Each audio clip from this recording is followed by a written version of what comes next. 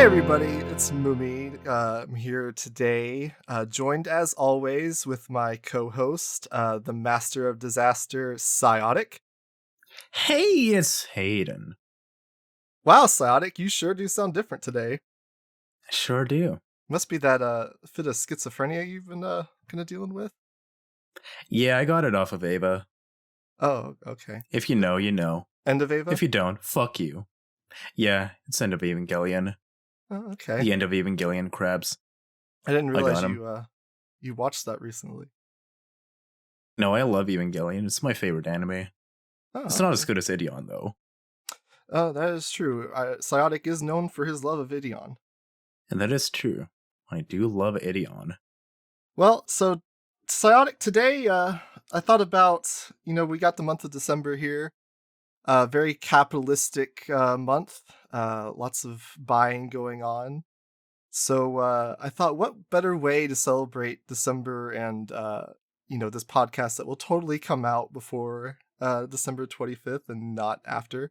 What better way to celebrate than talking about the biggest market for entertainment, obviously, and video games.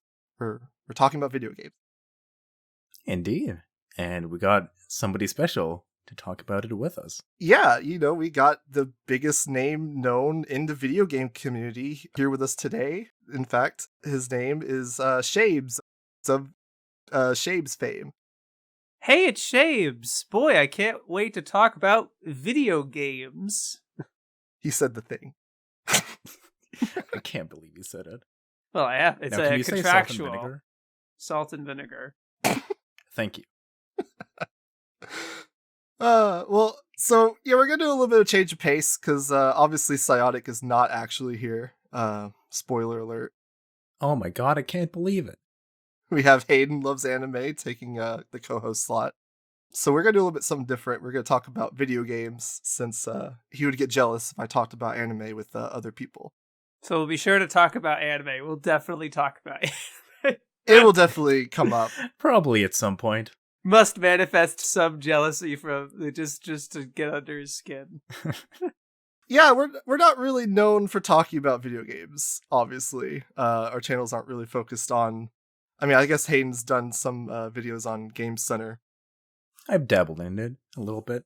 Yeah, we're plan not on doing it more. Not really known for video game opinions, so I guess we'll start off by kind of just introducing, ourselves and, what kind of got us into video games. Obviously, since I am me and this is my podcast, I don't have to introduce myself, so we'll just pass it on to Shaybs. He can kind of give us a little bit of introduction and a little bit of history.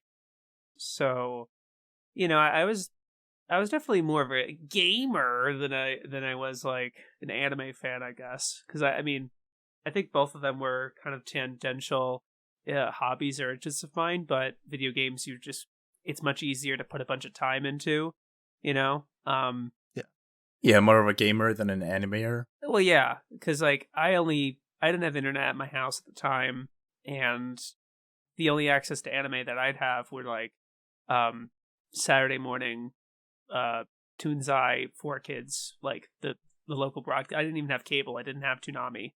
But I'd also have like the library with like renting out some Ghibli films and shit like that. They had Bottle Fairy on DVD, so I got that and I watched that as That's a kid. A good show. I liked it. Yes, it is good. No, but my parents got me a GameCube for Christmas when I was like 9 or 10, and the only game that they got me was Disney Extreme Skate Adventure, and they didn't have a concept of what a memory card was, but thankfully for that game it didn't matter that much. It doesn't matter that much.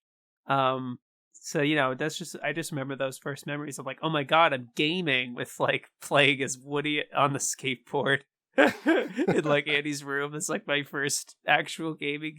I technically have some further back memories of like maybe some Pac-Man on an arcade system or something, like a passerby thing, or like borrowing a friend's Game Boy Advance and playing some of his games at the time, or something like kind of on a whim or whatever. But yeah, it was GameCube pretty much, and that was the only system I ever really got. And then in like 2008, I got a Wii maybe 2 years into it because it was such a popular system at the time that it was hard to get. It's hard to find.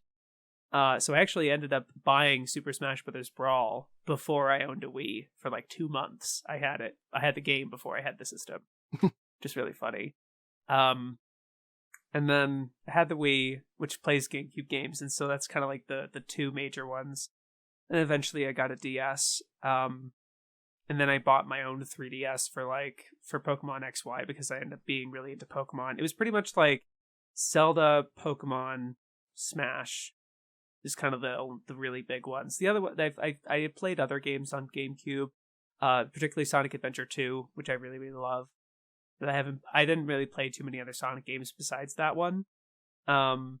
It's really just I played most of the Zelda games and a good deal of the Pokemon games, and then I was around college. Like I didn't really get a Wii U or anything because it didn't have any big games or anything, so I hadn't gotten it yet.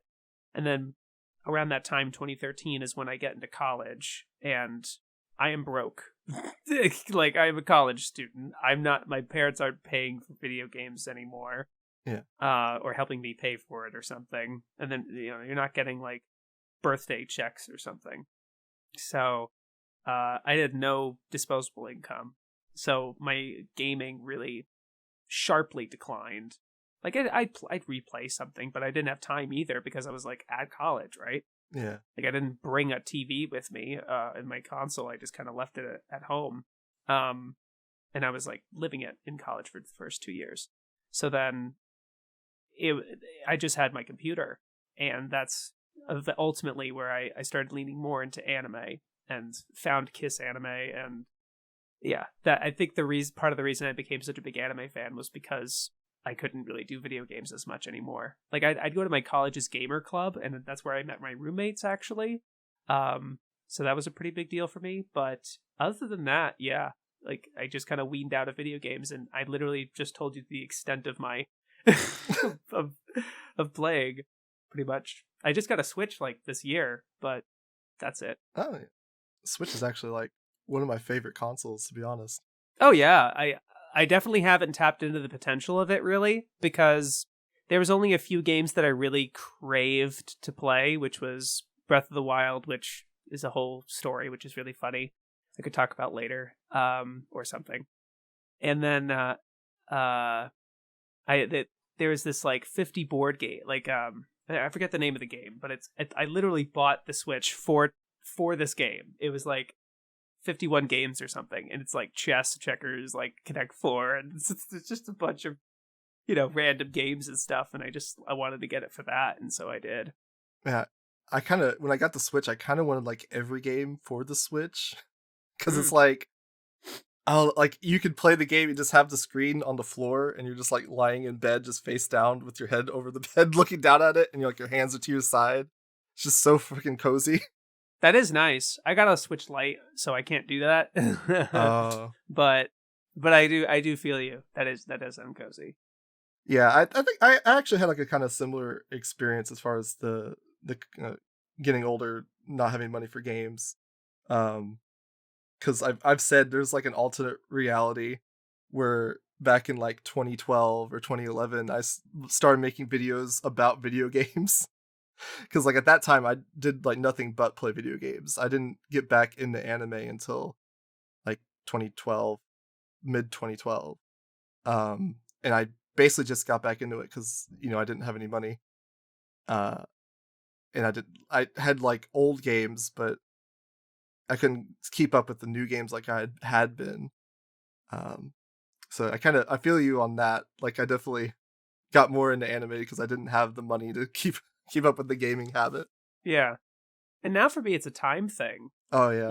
I obviously have the money to buy games, but like I would rather I got so deep into anime that like I would rather spend the time watching Naruto or these other shonen titles and stuff like that for my downtime. But otherwise I realized about myself that like I'm a very sore loser.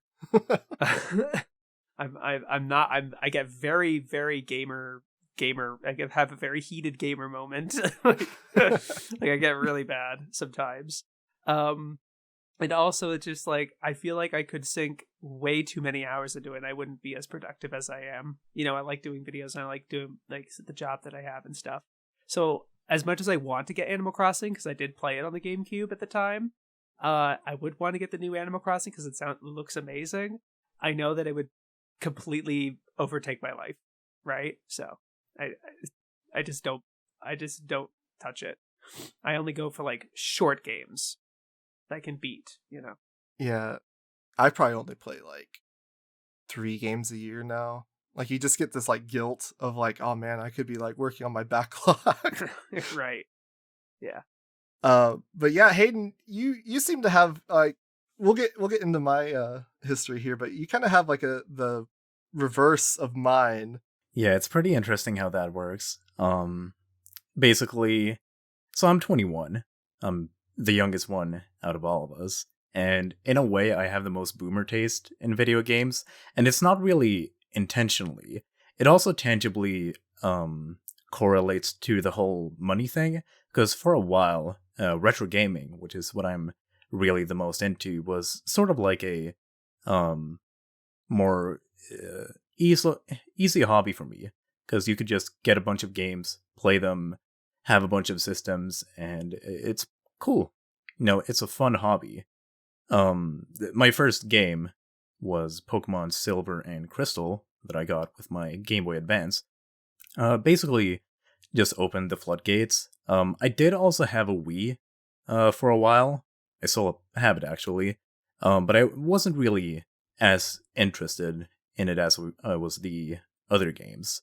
So it's mostly a matter of me not having that much money to really keep up with modern games, but also just being more interested in older games, just in general. Yeah. I have that. I have a similar kind of attraction to them where like the aesthetics are really interesting. I like how simple the controls are. And I just also like how short they can be. You know, like you can beat Zelda in like Zelda 1 in like a day. Assuming you know what to do, right? Like I wish I could like play that game without any knowledge of it anymore. Like without knowing any of the secrets and stuff like that, because I kind of optimized that game. But it was like, yeah, I like short games. Like you talking about that reminded me literally yesterday. Somebody on Twitter like retweeted something. It was like, oh, this is an interesting game. It was called Spelunker. I believe it's Spelunker. Oh, I love Spelunker.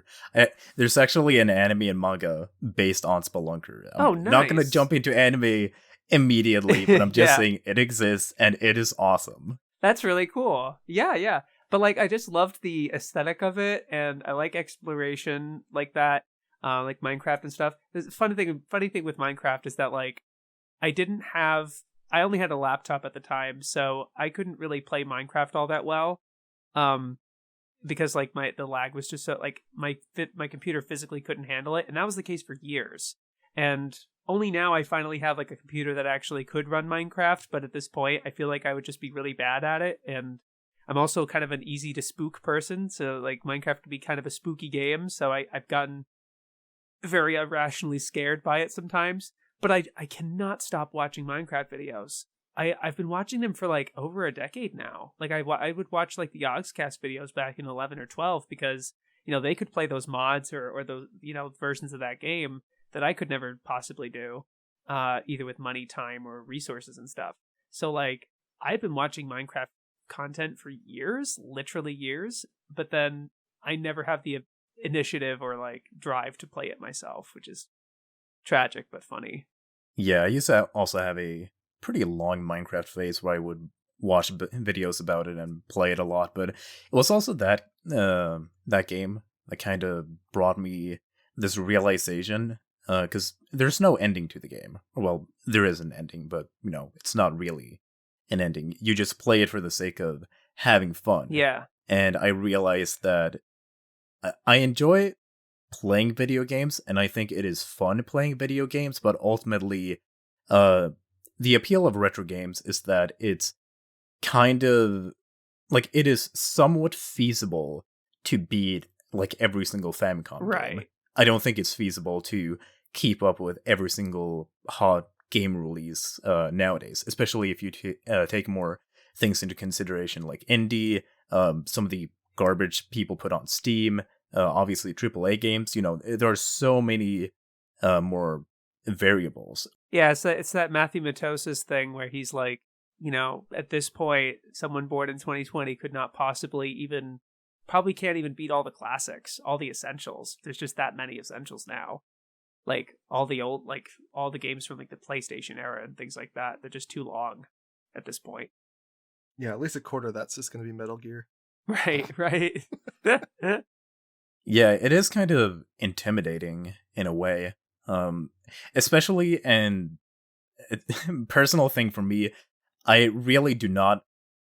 I think video games in a lot of ways are basically unplayable without just doing it on an emulator, because I love having save states and speed up and being able to customize the ROM itself and stuff like that. That's basically how I also got into retro games. I watched like Angry Video Game Nerd and was really interested in all of the NES accessories and stuff like that. Thought it was really fun, but then actually like getting into playing video games, I just did it via emulators, because there is that immediacy, that plug and play, just put a game on, play it for a bit, and then move on to the next thing. And you can also just save anywhere, because my biggest problem with Pokemon was always that I could not save in a battle.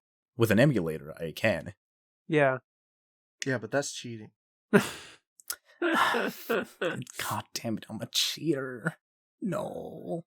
Yeah, but like, I agree with that. I don't think I'd be able to stand playing Earthbound if I didn't do it on an emulator. Oh, yeah. Because the way that the grinding works in that game, the way if you die, if your party dies, you have to like, it's a fairly expensive, you know, in game. It's a fairly expensive process, time consuming to revive the whole party.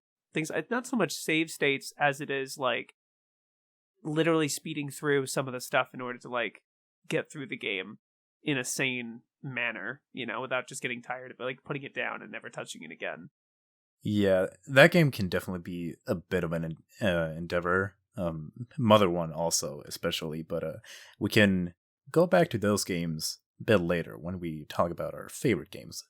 You know, it's funny, I completely forget that I played some of these games until they brought up, and like, oh yeah, I did play that at one point.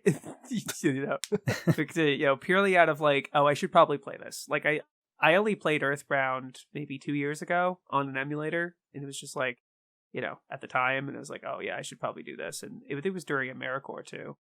I think that's also a case for emulation, actually, the sense of discovery, because there is something about like going onto a ROM side or something, or if you downloaded a ROM package, just going through all of these games, and you're just like, what the fuck are some of these? Color a Dinosaur on NES? What the fuck is that dog shit? But then, like, you find a game that people don't really talk about, but is really freaking good. Mr. Game Make Now is obviously a very revered NES game, but that was a big one for me, where it was like, oh my god, why? How is this not like the best known game on the NES? This is incredible. One of the best games ever made. I did this with Spelunker, because I saw like somebody had a GIF of it or whatever. I'm like, oh, that was cool. And so I YouTube search it. I YouTube search Spelunker, and then I just watch a gameplay of it. Like, I'm not playing it myself, and I get like there's some people who think that would be weird and stuff. I'm like, why would you watch someone else play it? But it is just like, it's nice. I can just like watch it be played well, and I don't have to stress about, because it sounds like Spelunker seems like kind of a difficult game, because the character can die very easily. Like, he just jumps off a little bit of a ledge and he dies, sort of thing. It is a very funny game. So like, watching someone play it decently, like not perfectly, it's not like a speed run, but like really well, and you just see how the game would play out and stuff like that. I'm like, oh, okay. And so you get a good sense of the game, basically. And so like, I did the same thing with like the Bionicle online games. You just kind of watch the gameplay of that, and you can get a sense of what the game is like, and you can kind of fast forward through like, oh, it's kind of the same gameplay or the same thing that happens here, and you go through all that, and you can kind of skip through a little bit and get a secondhand experience. I'm not going to say that I played those games. I would never say that, but like at least to get understanding of them. You know what I mean? Yeah. Yeah.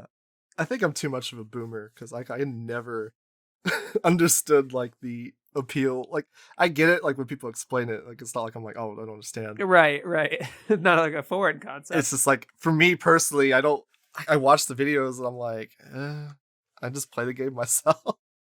Oh, sure. Yeah. I think it's good as a preview. If it's a game you want to be surprised about, like I certainly wouldn't want to do that for like a game that I want to play, which I haven't played Super Metroid yet. I would like to play that game. And so I'm not going to look up a playthrough of that because I do want to be like, I do want to kind of see that firsthand or something like that. But I also think that like on retrospect of my gaming path, like my history with games, I am such a sore loser. It kind of includes like getting stuck and then just completely giving up and looking up a guide. Like I have more fun playing games when I'm not completely stressed out. I've had bad experiences sometimes with like, not knowing what to do and shit like that. Like I have like almost a sort of I don't go so far as to say PTSD, but like I remember being stuck playing Super Mario Brothers 2, for example, and not knowing how to beat Birdo. So I'm like, what the I remember just staying there for like 40 minutes, dying, and then doing the whole stage again, only to get there and not know what to do and dying again, and just playing that for like 2 hours. I still remember that. I know how to beat her now, and so it doesn't bother me as much, but like I remember that experience really specifically. And so like I think I do a lot of like walkthroughs and looking stuff up a lot. Yeah, I will admit to doing that a lot as well. I'm quite the pussy, basically. Yeah, that's the perfect sort of middle ground. Because, like, while I do prefer older games to newer games, generally speaking, I would not want to live in the 80s and play NES games because not having access to the internet makes a lot of those games just unplayable. Yeah. Like, imagine actually feasibly trying to beat Zelda without a walkthrough. Oh, you could. You can't. Yes, you could. It wouldn't be easy. Zelda 1. Yeah. Yeah, you could. Yeah, you're supposed to like talk about with your friends. I mean, if you want to spend several hours burning down every tree, then, be my guest, but I got shit to do. Yeah. Well, that was Nintendo's shtick back then. Like, they wanted you to actually go out and socialize. Yeah, I think that's definitely also a case. But I never really had that experience, so I can't really speak too much on it myself. Yeah, I think now they emphasize challenge in things that are just kind of insanely difficult. Even if you do have the walkthrough and like the answers to everything, it's still a matter of going out and doing it. Like getting all the Korok seeds, for example. Like, good fucking luck, dude. Like, even if you have all the knowledge in the world, all the internet, all the tricks and everything, it's still the physical process of getting all of them to actually do it. That's the kind of challenge that they have to impose unless you take it upon yourself not to look it up. You know what I mean? Oh yeah, but I do think Mumi also brings up a good point about socializing. Right. So would you like to elaborate on that, Mumi? Oh, like just back in the day, like a lot of games were just kind of made with the intent that you were gonna go talk about it with your friends, and you're going to have that sense of exploration that was just going to be shared amongst, like, I guess, a community in a way. Yeah, like you would draw the map, and you'd be like, oh, there's something over here. Yeah. Like, oh, really? Yeah. A lot of the mechanics, like, once they kind of start gearing more, like, with Pokemon, for example, like, a lot of the mechanics of Pokemon are geared specifically toward, going out and, like, socializing and, being like, oh, I need an Alakazam, so I need to trade you this Kadabra, and then you can trade me Machoke and all, that kind of stuff. Mm-hmm. They very much, like, focused on that community kind of aspect, which I guess now you just kind of get that from the internet. You don't need to have that kind of built into the game. Do you remember having any experiences like that in real life? No.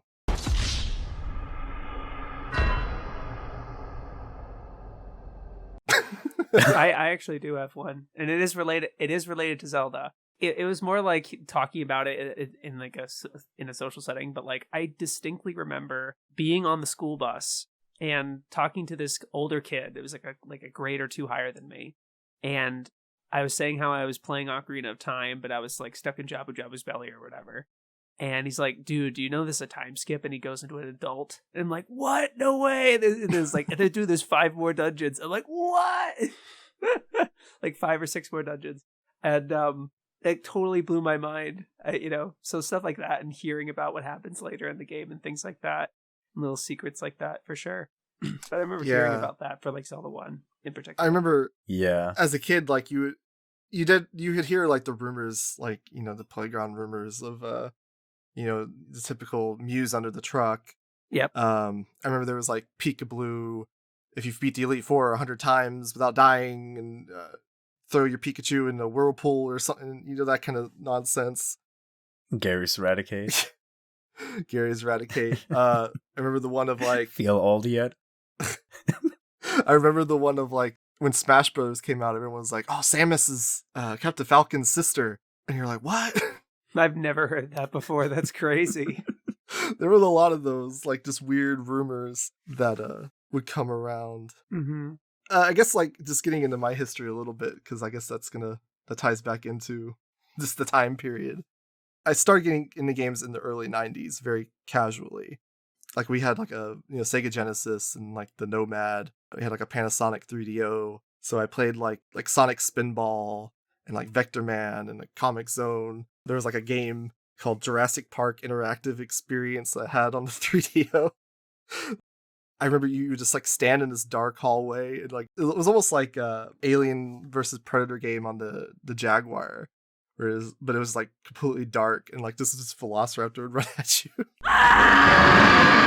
That was a messed up game for a 4-year-old. Yeah, that Jurassic Park game on Sega Genesis is also kind of fucked up with the intro, like the flashing T-Rex. That game is kind of fire, though. That game is kind of a banger, I will say. It's pretty cool. But yeah, I played like Link's Awakening on the Game Boy at my cousin's house, and Link to the Past at, like Daycare, and like the Star Wars, on Super Nintendo. But I didn't really like games a whole lot. Like it didn't like fascinate me until Ocarina of Time came out. I remember going to my cousin's house because she got it for Christmas, and I remember she had it on her like 43-inch CRT TV, which was huge in 1998. And I remember just being like, "Whoa, this looks so real." Yeah, seriously. That was like a watershed moment for like a 6-year-old, a 5-year-old in the 90s, going from the Super Nintendo. Yeah, especially coming from like a 2D environment to 3D, it must have been like, Jesus Christ, dude, it's the future, man. Yeah, and that kind of is what makes me kind of the inverse of like Hayden, because like I didn't dislike games, but they're just kind of like this thing I just did. Yeah. But it was like when they returned to 3D that like I started getting like really immersed. You're like, whoa, this is crazy. This is what games could do. Yeah. But I really just kind of dabbled up until like just to the PS2. I played like Kingdom Hearts and like Guitar Hero and DDR and that kind of stuff. But it wasn't until like Halo 3 that I kind of really started getting into video games. Mm. And I don't even like Halo. Like, I don't dislike Halo, but I don't like it that much. Yeah. Like, I just played it with like friends, after school. We'd all get together and play online. And it was like that investment, like you're already you have a console, you're just putting a lot of time into it. Like, I started picking up other games that looked interesting. So I ended up in like the Orange Box, like Fallout 3 and stuff like that. And that's what really kind of got me like really invested in the games, where, I started following and like actually like thinking about, the experiences I was having. Because like before, you're just kind of like, playing Halo just to kill time with your friends after school. Right. But yeah, that up until, I didn't really have the money to keep up with games, I was pretty into them, where I played basically like the big, I'd say like 10 titles each year. Yeah. It's yeah. I had mutuals that would like be really up to date like that, and they'd play Halo a lot. They'd play Halo Reach and things like that. And the Skyrim coming out in 2011 was a pretty big deal. I remember playing it I would play a lot of games secondhand, right? I'd play them like at a friend's house or something, or like, it would come out. Like I remember like the night Destiny came out, I was at a friend's house, and I think I played it to like 3 a.m. or something, just like playing it with them. And things like that. Like I've had good experiences like that, but it was never to the point where I'd own those games, or I'd go out and get my own Xbox to like go online and play with them or anything like that. I don't know. It wasn't the same. I wasn't as into like the multiplayer stuff. Like I'd play Melee a lot. I'd play a lot of Melee, but I was perfectly satisfied with playing it on my own against computers. Which I guess that brings up an interesting, topic. What is it about video games specifically that, kind of resonate with us? I don't know. I think it's sort of just the challenge. I think it's just the thing to do that it has a goal, and the interactivity of it, that like, it's you that did that, and it's not something you just kind of experienced or watched someone do. Like I enjoy watching Minecraft videos for watching the accomplishment in the same way that you enjoy a narrative. Like you'd watch an anime for like seeing them accomplish something. But there is something uniquely satisfying about like, I beat that boss, I beat that dungeon, I got that thing. I worked to get this, whatever. I would agree. What I think about kind of the games that really resonate with me the most, they kind of almost like tell a story just in like the moment to moment gameplay. It's not necessarily just like the cutscenes, or, you're almost like forming a story just playing the game. Yeah. Splatterhouse is a great game for that. Oh, yeah? Yeah, Splatterhouse. Definitely look at it. What system was, what was that? The remake in like 2011? Well, any of them, really. But especially the arcade version, which is one of my favorite games of all time. That ending is something else. That is... I don't know if I'm familiar with it. Oh, you definitely need to look into that. What kind of game was it? It was like a beat 'em up, I think. The third game is more of a beat 'em up. It's more of a side scroller where you just kind of beat people up. It sounds like a beat 'em up, but it's not quite, I'd say. More like a platformer? I guess I'd say it's more of like a brawler. You know what? It does sound a little familiar. I feel like AVGN may have talked about it. Oh yeah, he definitely talked about it. Yeah. You know who has talked about it? Happy Video Game Nerd. Oh yeah.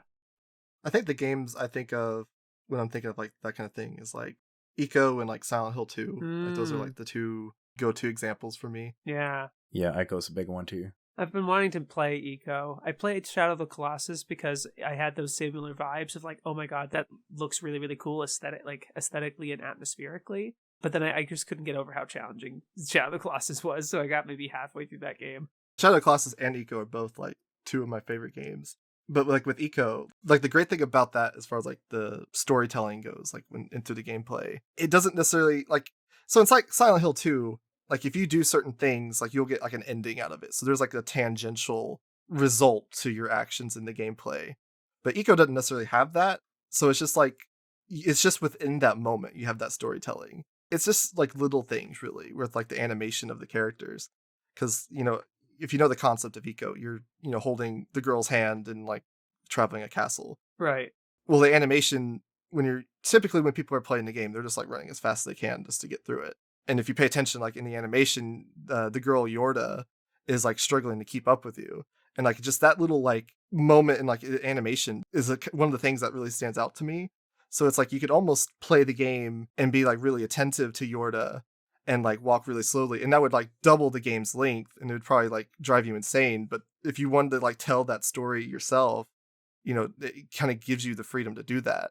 And even if you're not doing that, like it still kind of reflects on the character, because the main character being so young, you can just be like, oh well, he's just immature and inattentive to like other people's needs. Mm-hmm. So like those kind of things like really resonate with me in video games. Yeah, and you're forming a bond even though the characters aren't talking that much. It's similar like Shadow of Colossus, where like you form a bond with your horse because it's the only other living thing that you have any relationship with in that game. And then later on, as I've seen gameplay of it, things happen. I don't want to spoil it. Yeah, those games are like great because like Eco, they don't even like speak the same language, so you're just kind of interacting with each other very simply. Yeah. With Shadow of the Colossus, it's great because like it really allows like the player to have like these really quiet moments of just like reflection. You're kind of given this task, but you're not really, you know why you're doing it, but you don't know how A plus B is going to lead you to C. And so you're kind of just thinking like, why am I doing this? What am I accomplishing in doing this exactly? Mm-hmm. And it just gives you this, this nice silence just with you and the horse just traveling these long open fields with you and your thoughts. Yeah. I think that kind of stuff, like even in anime too, like they kind of reflect what I just like on a media in general. Having these questions be posed, and then you have like these little moments that like fill out the world that don't necessarily have to be these like large, impactful like narrative plot points. Mm-hmm. Like one I always think of is like in the anime Yuki Yuna, just the characters like phone lock screens. If you pay attention, is the two main characters like it's their the other one's birthday, Mm-hmm. and so it's just like this little nice touch that they don't expect you to know watching the show, but if you pay attention, look into stuff, you get that out of it. Mm-hmm. It's a unique form of escapism, because like you mentioning that, it kind of would you say that applies a lot to like slice of life stuff? Yeah, like definitely. I think that's like the large appeal of like those kind of character driven slice of life shows, is that you can just kind of immerse yourself and like pick on these little details, and it really fleshes out these characters. Like even though, a lot of slice of life don't necessarily have this like grand character arc, but they can characterize these characters so well because there's just like these little small moments of just like characterization. And it's just like Silent Hill 2. I haven't played that game either yet, but it is another one that I'm interested in playing. And you just look at that game, and it's a horror game, but like you're kind of playing it for those almost similarly. This is speculation on my part, of course. Similar on kind of like an aesthetic slice of life type of way, where you're just escaping to a town that's like this, that's very mysterious and in a situation that's not your own, and it might be a little more stressful, right? But like it's silent, it's a horror game and stuff, but it is something that's different from your current life, which you're stuck with, however many hours of the day every day. So it is something you're just kind of being teleported somewhere else, even if it's not something on its face that seems entertaining. Like it's like, oh, why would I want to play this sort of game? It doesn't seem like the kind of, I'm just like thinking from like a boomer perspective. This is kind of reminding me of like, I don't want to go too far into this idea, but it's like the anime encyclopedia, how they don't seem to appreciate slice of life in the same way. Like there has to be something kind of happening, or have to be some sort of really especially interesting writing, or like something to kind of latch onto. Gotta have stakes. It's gotta have a plot. Right, or stakes or something, right? They had an exception just now in my reading of cross game. They actually really like cross game, and they're like, this is a rare example of a good slice of life anime. I'm paraphrasing, but they're like, oh, it's a rare good slice. I'm like, geez, really? Like yeah, no, that's great. You liked cross game, but like, does it really have to have this really involving plot that like, or a really emotional hook that Adachi has in that particular series? Like, are you gonna say same thing about Touch, where like that emotional hook doesn't really drive in until 25 episodes in? I think a lot of that, because I've actually had like discussions with like older people, and like they kind of have the mentality of like they want to get behind, like they want a story they can get behind. Yeah, totally unrelated, not even in the same realm of what we're talking about. But I've talked to people that like idol groups, specifically like K-pop idol groups, and a lot of like their fascination is like the story of this group. Like they like, oh, they have such a great story. I want to get behind them and root for them. So I think some people like have to have that kind of, draw. Yeah. It's just like, they have to have something happening for them to root for. What was it just thinking? I had an idea. I had thought.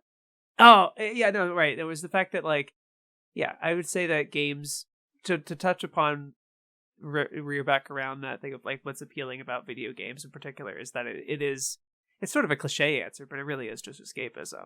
It is just going to a completely different setting and time and acting in it. I think it's a stronger form of escapism in that way because of the interactivity. Like you're the one making those decisions and roaming around that world. It's like, I'll decide to walk over to that tree and inspect it, like Hyrule Field or something. Yeah, well, it's interesting because like in Silent Hill 2 specifically, since you were using it as an example, like right. I appreciate the mechanics of it as like a survival horror game. And I'm like, oh yeah, the inventory management and all that. Like I really get into that and appreciate that. But really, I don't really play like horror. And horror games are my favorite genre of video games. Just FYI. Mm-hmm. I don't really play them for like the scare necessarily. To get scared. Yeah, I don't like I want to get scared, right? Yeah, like I did get scared, but like I did play like Resident Evil Remake on the GameCube as a kid, and that kind of was like, very That freaked intimidating. you out. But Uh-huh. as I've gotten older, like they don't really do anything for me on that level. But like they're just so like oozing in like atmosphere, Mm-hmm. so you can just like immerse yourself in like just this great like constructed atmosphere of just like walking through this desolate town or exploring this rundown mansion. I remembered exactly what I was going to say earlier. I was going to bring up Death Stranding. Oh yeah, that's Like that's a game where boomers would have no understanding of why people like playing that game or why people think that game is good, because it's like you're just walking. You're literally just walking from one place to another and you're delivering packages and shit. And the mechanics are around navigating this terrain so that you don't trip and lose health. And like, weighing your backpack and things like that and distributing your weight and shit. It's like, why would anyone want to play that, right? It's a glorified walking simulator. glorified FedEx simulator. Right, yeah. But yeah.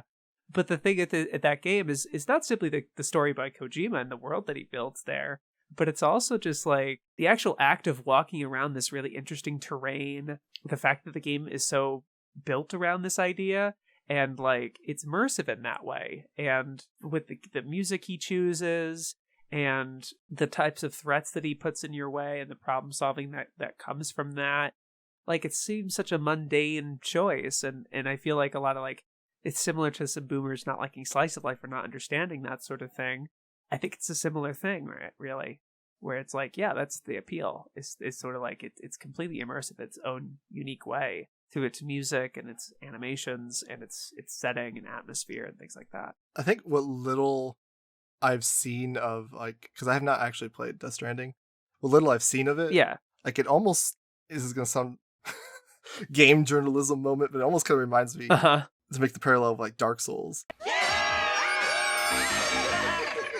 It's kind of asking you to be kind of engaged in like moment to moment. yeah. Just in Death Stranding's case, it's just to not trip on a rock or a leaf or a twig. Whereas in Dark Souls, it's throwing enemies at you. Yeah, and I was thinking about Dark Souls too, because you mentioned how like horror, you're not really in it for the horror aspect so much. Like, I don't know if many people are playing Dark Souls or Bloodborne for the horror elements. They're playing it for the difficulty. Like, that's actually probably the scariest part of those games, is how bleeding hard they can be. My first playthrough of Dark Souls, I definitely felt more as far as like a horror element goes, like just exploring well past like what you probably should, and being like, oh crap, if I die here, I don't know if like there's a checkpoint up ahead, like if I die here, like I'm gonna lose all this progress. Like, definitely had more of that than in like a Resident Evil, even though it's kind of more constructed for that. Yeah, that's a game that I've rage quit. I don't remember what version of Dark Souls it was, but it was one of those that was one of those games where I went over to my friend's house and I played it, and I got so fucking pissed because I couldn't get past a certain area, and I kept dying, and in that game when you die, you have a particular the whole thing with souls and shit like that. It was just very aggravating. Which area was it? I don't even know what game it was. I don't remember. So because I know it was a Dark Souls game. I only ask because just when I first played Dark Souls, I remember I got past like the tutorial area, and this is Dark Souls 1 back in the day. Yeah, I remember trying to play, like, it seemed obvious to me that the level was telling me to go this one direction, and like I tried going there, and up to this point, everything's just like all the advertisements and stuff are just like talking about how hard the game is. Well, I go in this area and they just like wreck me.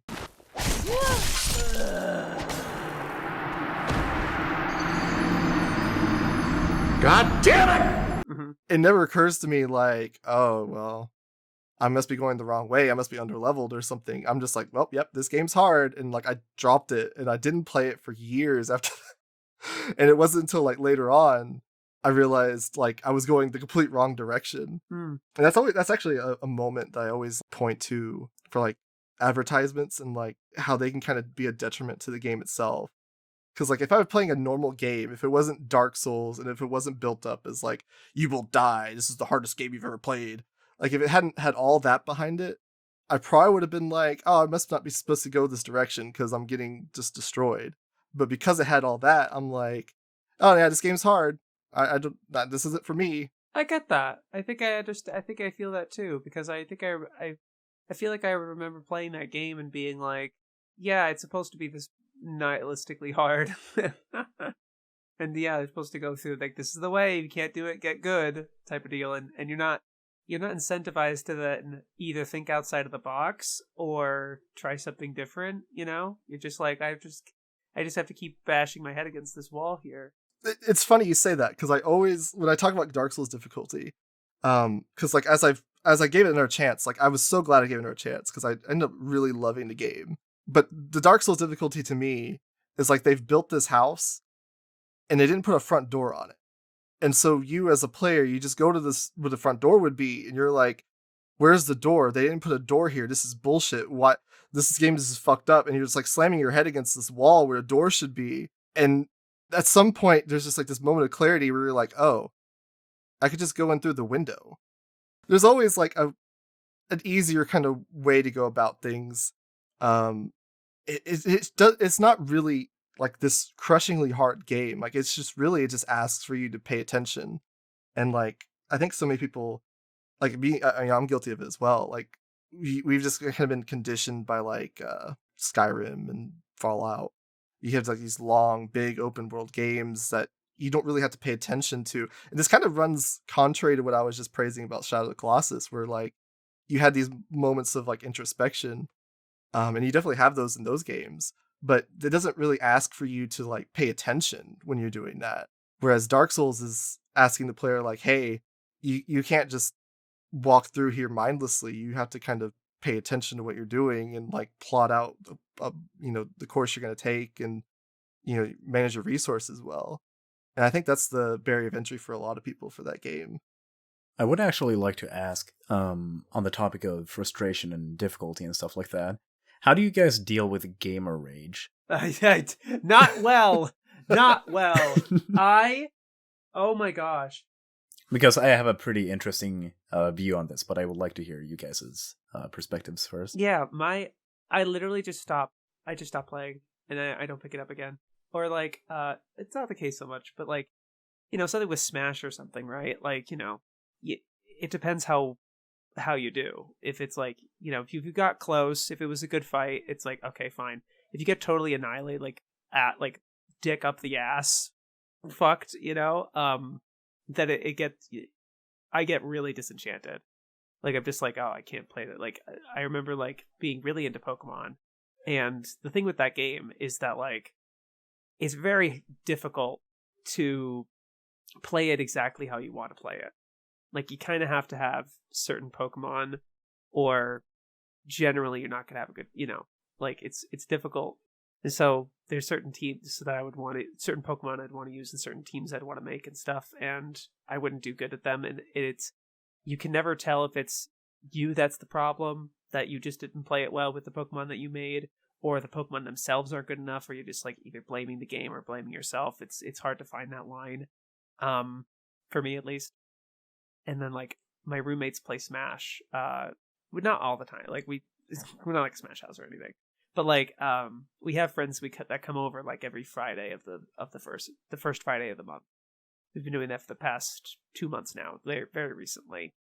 And the first time we did it, I wasn't getting anything close to a win in Smash, and I usually think of myself as being pretty decent, like kind of above average, I guess.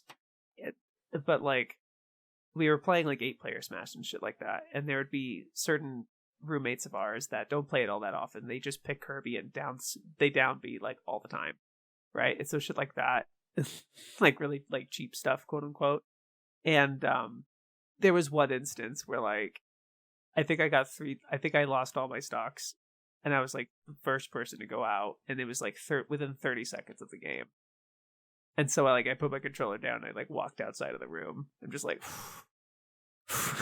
and I couldn't. Screw you guys, I'm going home. I was home. That was the problem. I was home. And so it sucked. No, but like I get very salty. I get very, very salty. And I realize that within myself. So then I'm like, okay, I don't want to like cause a scene, make a bad impression on other people, because it's shitty. You can act for like an asshole. It's irrational anger, Gotta have that good sportsmanship. Yeah, it's a matter of having good sportsmanship, but it's like you can't help how you're gonna feel about it. So it's sort of like acknowledging the feelings and dealing with it in the best possible way, not throwing a tantrum, right? Not like being so visibly upset. I guess. Yeah, it's just a shitty feeling, though. It is a really shitty feeling. But even like with single player games, I do think I've had more anxiety or stress or frustration with video games than I've had with a lot of other things. More so than I've had with a lot of other things, honestly. Certain things you're going in circles, you don't know what to do. You've tried everything, or this thing's too hard, or you're not prepared, or whatever. It's just a lot. Yeah, it's a shitty feeling. well, video games are a great outlet for that. Like the whole like argument back in the 90s and 2000s about like games cause violence and all that. Really, it shows that there's an increase in like short-term aggression, but it actually like decreases your long-term aggression because it's like a good like outlet just to like vent these things you might not be able to do in your just normal everyday life. I find it as a source of stress. That's the problem. Like I actually feel more shitty. Like I have a chance of feeling really bad or shitty more often than not. And that could be the real objective reason I veered away from video games was money. I literally couldn't afford or whatever. Mm-hmm. But like looking, retrospect and like thinking about it more, I just think it was like my attitude towards them. I'm just like, I can't put that amount of stress in my life. See, like, I don't really have that anymore. So, like, when I was younger, like, when I first kind of got into games, like, pretty seriously. Yeah. I guess, like, the best example of it would have been, like, Call of Duty. I was really into, like, completing games back in the day. I got into Modern Warfare, and I really wanted to do, like, all the campaign achievements. And that game is kind of infamous for being pretty difficult campaign-wise. Weapons free. What the fuck? I remember getting like really frustrated. I'd never like broke anything or it's like crazy like that, but I would get kind of lightheaded because you're just like getting so frustrated. You'd get so close to doing it, and then like you just kind of get exasperated. Mm-hmm. I guess like the time away from video games, I got kind of less attached to the outcome, I guess is the best way to put it. When I stopped playing Dark Souls back in like 2011, like at that point I was still kind of that way where like I just disconnected from it because it was like, well, it's just not my game. But when I played it, more recently, which was probably in the last like 5 years, 6 years for the first time, I didn't really have that attachment to outcome because it was just like, well, it's just a game. You can always put it down. You can always just look up a way to like beat this part easier or whatever. So these days I don't really have that kind of like rage with video games. Occasionally you get like a sense of like deflation or like frustration just from, doing something and just like just failing at it. But it never like escalates where I'm feeling like actual rage. And it might be just because I've gotten so old that I can't raise my testosterone levels high enough to get angry at video games. Yeah. But yeah, I imagine there's a lot of rage-inducing moments when you're playing older retro games. Actually, not really.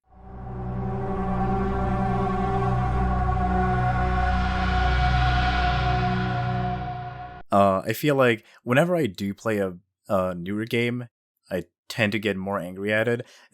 I cannot get angry at video games anymore. The last game that I remember getting angry at was the Donkey Kong Country Returns. But for me, the appeal of video games is less so about actually playing a game and more so about the database elements, because for me, games are just pure database. I don't really like, my feelings don't really matter as much. I play video games because I'm interested in the narrative of like history and the industry. The actual games themselves don't really matter as much. There are definitely exceptions. Like Shin Megami Tensei Nocturne is an incredible example of atmosphere in video games. It's a very immersive game, but that's also kind of why I stay away from newer games. It's that sense of immersion. Not only do I generally value it less, but it also kind of takes away from that whole database thing outside of the game itself. Because the way I treat games is a little weird in that way. Most people want to get invested in the story or the gameplay mechanics. I just, care about the industry narrative. Okay, what did this guy make? What did he go on to make? How is he influential? How do these mechanics stack up? Like just objectively at the time. How does it work? It's very technical in that sense. Also with like how games are actually built, like the graphics and stuff, I find it very interesting. From like a technical perspective. So in that sense, like I know when I die in a game, I know when it's my fault, and I also know when it's the game's fault. I can really separate those two, and usually, even if it is the game's fault, I'm playing on emulators most of the time, so I got save states. Why not use them? I don't have that with newer games, so that's a very big turnoff. Obviously, I don't always use save states, like, to cheat or anything. There are exceptions. Like, if you're trying to beat Ninja Gaiden for the first time without save states, you're crazy. Like, don't do that. Be good to yourself. But yeah, overall, I value my own mental state while playing games a lot, so I don't know. I can't really get angry at video games anymore. In a way, I love them too much to get angry at them. I feel like I kind of understand that because, like, we probably all have that ensemble for anime, where like you kind of want to watch, all the anime from Takahata, or like you watch an anime and you really like it, and you're like, oh, what has this guy done? And so you kind of explore more into his catalog. So I definitely get the database kind of side of it. Yeah, I definitely feel that way about anime now too. Going back into anime, because of course we were going to do this at some point. But like actually creating art myself now, not only with videos, but also like trying to learn how to draw and stuff like that, I've come to appreciate like the goods in shows. I don't really care about watching a show, it's terrible, I'm getting angry, the way I would at like No Game No Life or White Album 2, like back in the day. And when I say back in the day, I mean a couple years ago. Because I got really fucking angry watching those shows. Because I only really cared about back in the distant past of 2019. Because like at that point, I mostly just cared about the plot and not really anything else. But like especially in the case of No Game No Life and stuff like that, I could also tell that okay, the show looks like shit. The sound quality is god awful. I hate everything about this. I'm getting angry. But now, like, I can watch a somewhat mediocre show and be like, well, I like that about it. The same thing with a game. Like, this game is fucking terrible, but, it's kind of funny sometimes. I do like Utsuro and Desu. It's like the worst game ever made. I have that game complete in box. I have the anime. I have all of the manga. And some of the guys' other manga that's not even like available online. Yeah, I got it. It's funny. So what you're saying is the game mind broke you. It did mind break me. It did turn me in. I'm not gonna go. I'm not gonna get into that. Yeah, I mean, I think the reason Smash in particular gets me upset, or maybe if I don't think I get as upset maybe with like with multiplayer games, there's definitely that aspect of like actually getting outplayed, because when it is just the game itself, you got killed by an AI. Yeah, there's a sense of losing. It's not the same kind of angry that I get at an anime, because because the anger comes from a sense of losing. Like, in video games, you lose. You can lose, right? Or fail. And that sense of failure or unsuccess, like, you just didn't win, right? The lack of winning, I guess. Yeah. In a way, I suppose it's also more difficult to turn that anger into something more positive, because when I watch, like, if I watch an AniTube video or something that makes me really angry, I'm gonna be like, okay, this video sucks ass, I'm gonna go make something that's 10 times better, blow this guy out the fucking water, I don't care. But if it's a game, like somebody just beating my ass, I'm just like, fuck. Yeah. I need to get better at this guy. Yeah. But I'm also kind of pissed off. Well, like, what you're describing, like, when you're mad at a video or something, like, you're almost just more mad at the points that they're making. Yeah. You're just talking about what you just disagree with them very strongly to the point where it's emotionally affecting you. Right. And then, in, like, a competitive sense, like, you're mad at the person. You're not, or you're, not necessarily just them, but, like, also at yourself, because it's like, yeah, I'm largely mad at myself when I'm angry at video games. I'm not trying to be resentful so much. There is a little bit of that. You can't necessarily help that. Like, who's responsible for this kind of thing, obviously. sure. But, like, I'm very much of an empathetic kind of trying to be a compassionate person. I try not to hate people. I mostly turn inward. I mostly am like, it's a failure of myself and I'm angry at myself. And so it's more of a, like, beating myself up and making myself feel shitty, And I don't want to blame the game or anything, because I feel like that there's that quote, that Smash adage called "No Johns." Please, no Johns. Where you're like, oh, the controller was whatever, or the game was this, or something. You're blaming anything else but yourself, right? And so there's that concept of no Johns. Like, it's on you. You made the wrong inputs, or not the wrong inputs, but so much as, like, not the best possible inputs. You didn't play well. Yeah, in a lot of ways, getting angry at a game is just very counterproductive to the whole thing. Exactly. Getting angry at yourself, I definitely feel more of. But even at that point, I have such a competitive mindset that I always try to turn that frustration into, like, okay, I need to get better at this guy. Fuck this guy. I need to get better myself. Mostly just I need to get better. Less of fuck that guy. But there's also a bit of fuck that guy. Yeah. I mean, it's interesting that, like, I think if I remember correctly, you did say you kind of get more frustrated when you're beaten more, like, handily, as opposed to, like, if it's, like, a close game. Yeah, because it feels like I did well in that instance, right? I don't have to fail myself. It's more of a matter of, like, there's a little bit of luck, there's a little bit of this and that, because it's dumb. I don't feel it as badly as I used to, but it got so bad at one point that I actually feel bad when I win sometimes, because I know what it's like to lose, and I know how bad it feels to lose the way I beat somebody, like being on the opposite end. So I actually sometimes dislike the feeling of winning. I almost feel a little, not embarrassed, but, like, I just feel kind of, like, guilty. Yeah, I think there definitely is a sense of, like, performance when it comes to playing games with other people as well, because not only, like, you can beat yourself up over losing at a video game, but the fact that you're playing in front of somebody else and basically embarrassing yourself, you're like, oh god, I just lost to this guy real bad. He's gonna think I'm cringe. No, don't put me in your compilation. Especially if you put yourself in a situation before, like, you talk to a big game or something, or, not that I would do that.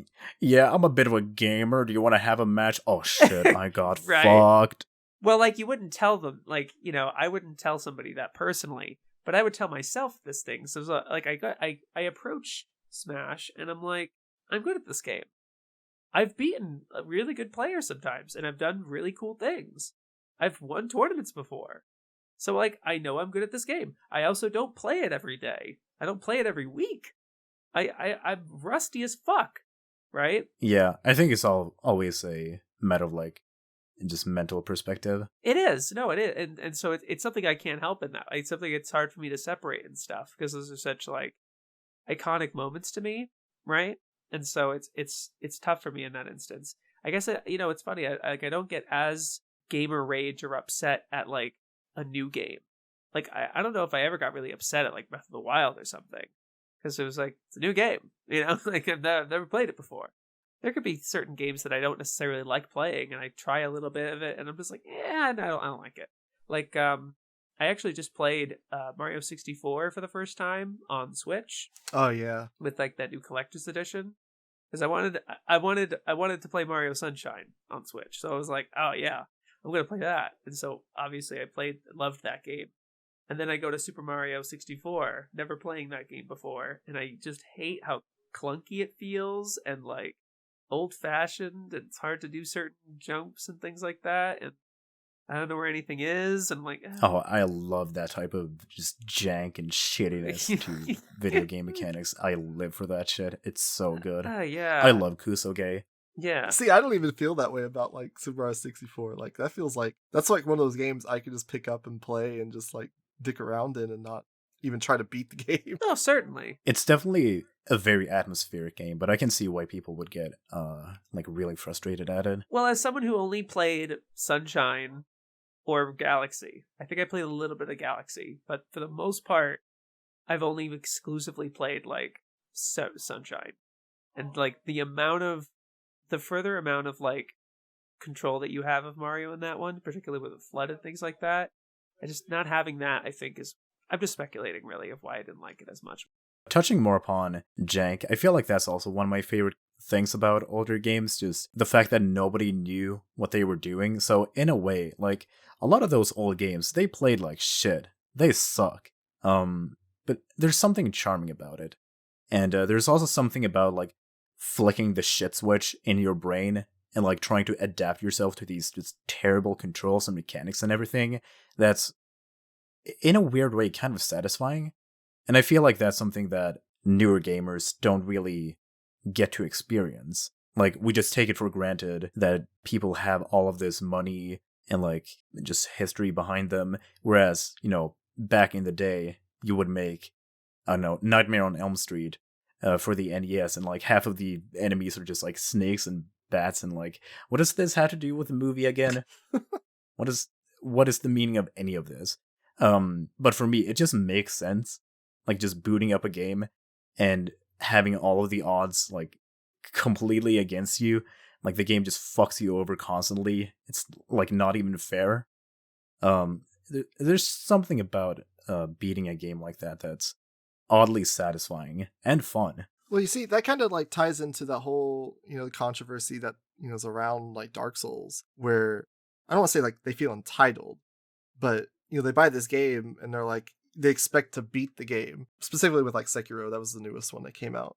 And they expect that they're like the game accommodate them, because it's like, I bought this product, this game should accommodate me. And there's definitely like an argument for like accessibility. Yeah, for sure. But I feel like a lot of people that are making the argument aren't necessarily doing it for accessibility reasons. You have that underlying deal. Like, yeah, they might have the good intentions of wanting accessibility as well, but you have that kind of frustration underlying there as well. Well, there's that mentality that's changed between those two eras that Hayden's talking about, and today with Sekiro, where their money could be spent elsewhere, their money and time could be spent elsewhere on a game that actually accommodates them and is more newcomer friendly. Back in the previous era, they could get away with some of these games that have maybe unfair mechanics or weird controls and things like, you kind of have to figure it out, because there were so few options back then that, especially if you were in a local area, like we're not even talking emulation. If we're thinking about practically, like the videos, the game store or whatever,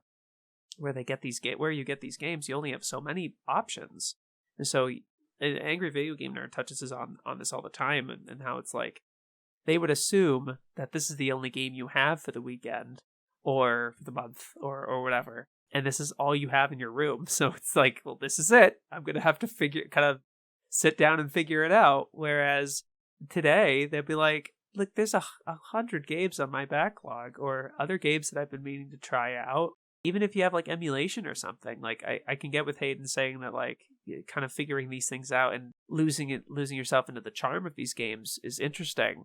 But it is just as tempting to just switch to another emulation to just switch to another game. It's like, okay, what's next? Yeah. Oh yeah, for sure. Being very consumerist in that way, whereas like I think the speed of which the income happens back in the day in the 80s and stuff was it allowed for more patience. Yeah, it's definitely a double-edged sword in a lot of ways, with emulation and digital downloads and stuff like that. But you actually mentioned Spelunker earlier, and I feel like that's a great example. Because, like, the whole joke about Spelunker is that your character dies really easily. And, in a way, that's funny. So the whole joke with the anime and manga that's based on Spelunker is that, he dies easily. He's a teacher.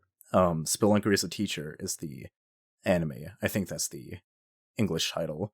But there's the sense of like community to that sort of joke, because like they got some really big profile like seiyuu and everything, and I feel like they're also in on that sort of joke.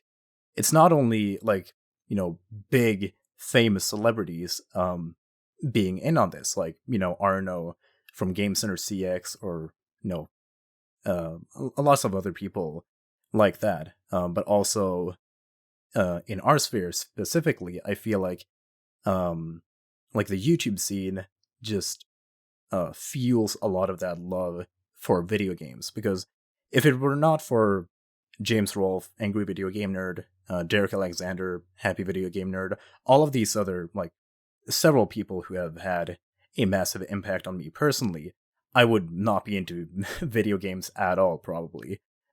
Maybe not even anime. Like, they've just had that big of an impact on me, and I think that's definitely something to take into consideration when we talk about, like, what we love about video games. It's not only that games themselves are fun, but it's also, bonding over video games. It could even be a bad game. Like, do you remember renting this just awful video game back in the 80s? Oh yeah, I remember renting that game. That game's a piece of shit. And you're like, yeah, that game sucks.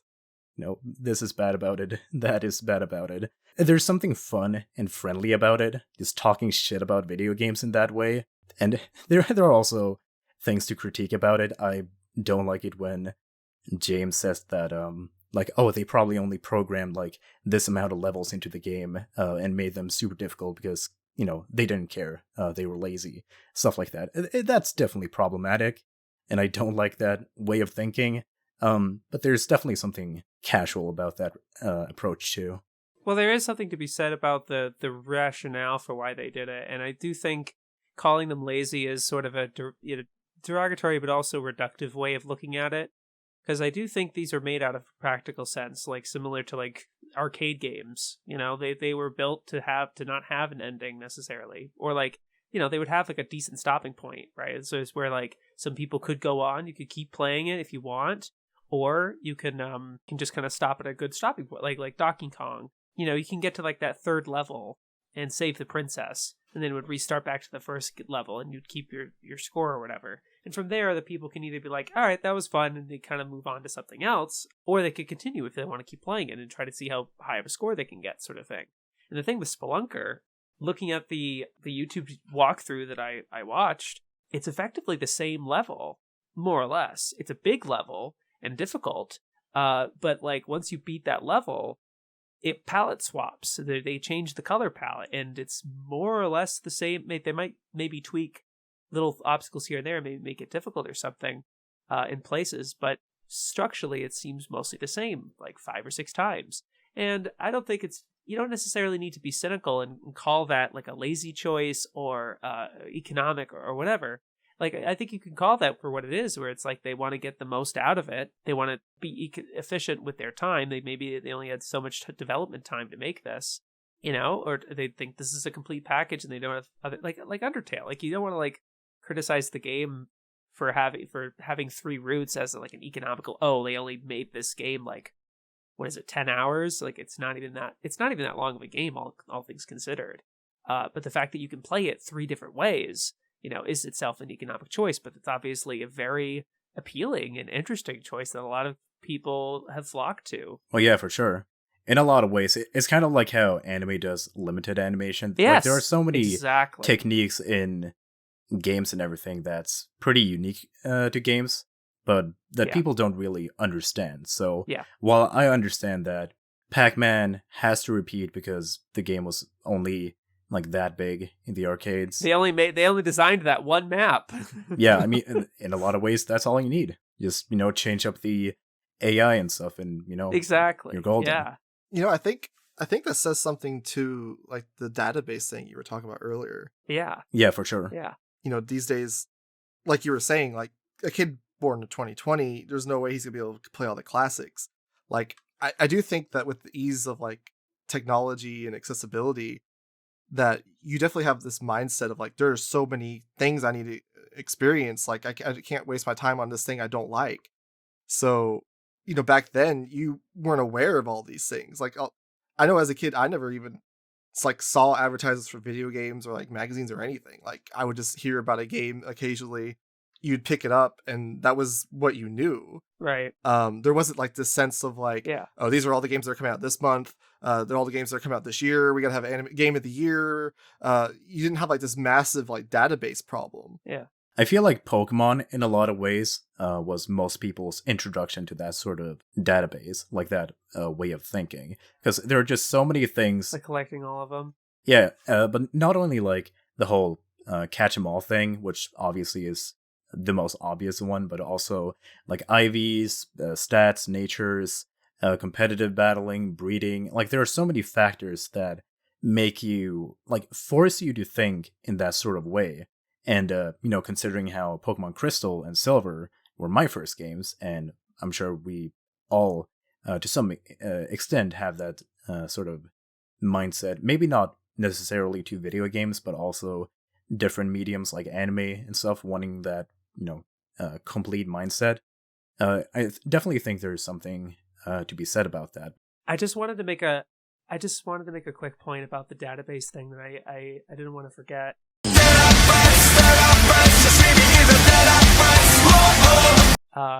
point I was thinking about how like the rise of Letterboxd in the past few years, like very recently, is like a very particular.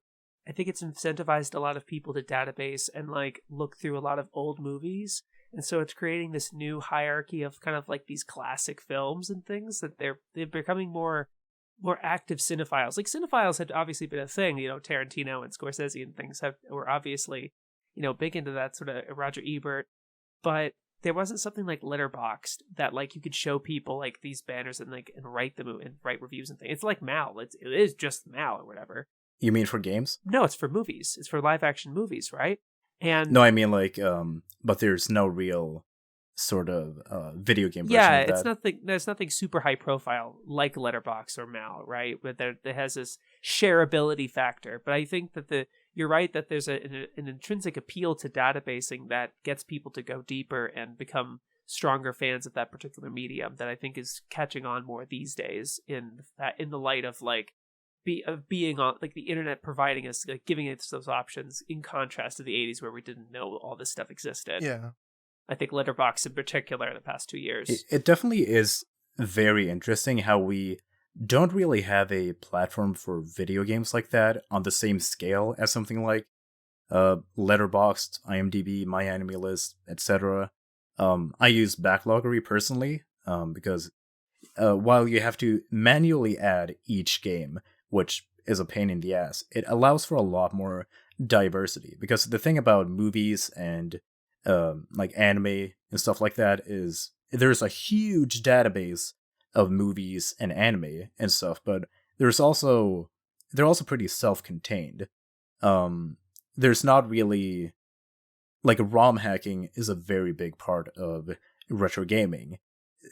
You can't really ROM hack a movie the same way. I mean, I guess you can make a YouTube poop, but at that point, like, would you say that's still the same movie? I don't know. You're taking the skeleton of a video game and doing something unique with it, or not. Well, you would have to database within that own video game thing, like the way like all the different mods for Minecraft, which there's countless of them. Or similar to Roblox, right? Which there's literally its whole thing. Oh yeah, there's just too many variables to feasibly make one website. Yeah, yeah. It's interesting that you asked that, because this is tying into anime, there is a fan edit of Evangelion. I think there's also one for Naruto. I think it's the concurrency of Evangelion, where it combines like the end of Eva and episodes 25 and 26 into like one long cohesive kind of movie. So it's kind of interesting that you say that you can't really do that with like movies and stuff, because I guess you could. I guess you could, but it's definitely not on the same scale. You could with One Piece and Naruto. Like there's Yeah, for every like Naruto fan edit, there will be like a million more. Just even Zelda ROM hacks, for example. Yeah. Well, literally Zelda Classic. There's people making their own fan games using the Zelda 1 engine. Yeah. Like that's already hundreds, if not thousands, if not hundreds of thousands, you know. It's sort of like the thing with Mal and any of these other sites is that they do have to, it has to be within some constraints. Like you can't rationally expect people to include all of these mods of video games and things. But at the same time, I just don't think there is a, because IMDb existed for years, almost decades, like a long time. But like it didn't have that shareability and fascination with like a personal top 10 list and, you know, the things that people share with that they do with Letterboxd. Letterboxd, I think, is completely overtaken IMDb. And like IMDb is more of a database, as it should be. But like it didn't have a shareability factor the way that Mal does. IMDb was kind of more like a Wikipedia in a way, where it was like you would look up a show or a movie and you would just like go down this rabbit hole of like, oh, what has this guy done? Yeah, exactly. Letterboxd is more like the databasing of like all the stuff you have seen. Yeah, showing the cover of this movie and being like, this is a great movie.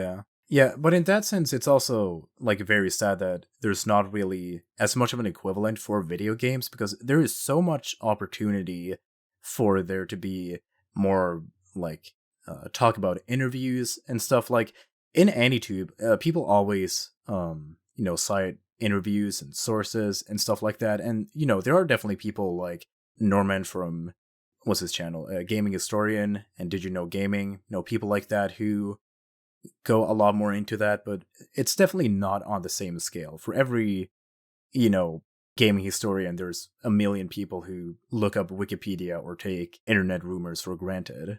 Yeah, the fact that there's not really like a database like that for video games does really frustrate me, because like as I've gotten more into that kind of databasing with anime, where I'm like, I get really into like the creative side, and I'm like, oh, what has this guy done? And you can like draw threads of like their body of work. You kind of try to do that with video games, and there's not really like an easy way to do that. Like there's not like there is literally in my video game list, but there's not like the equivalent where you can click on that video game and it tells you like what designer staff were on it. Well, there probably is, but it's just not popular. It's just not like prevalent and dominant, IMDb actually does do that for games a little bit, but it's just not like a streamlined. It's it's the Wikipedia kind of deal. Yeah, I could have sworn I found sort of a VGDB or something. I don't know if it was connected to IMDb, but like I could have sworn that I found something like that, but it just wasn't that popular or something, and you just don't use it, Yeah, like for me, I like using MyAnimeList, where I have like the filters and stuff where I can sort by the studio that I've watched and see like what's favorites of mine from that studio, or like the director, and kind of sort that way. And there's not really a way you can do that with video games. Like you can kind of go and explore their stuff, but there's not a way for you to kind of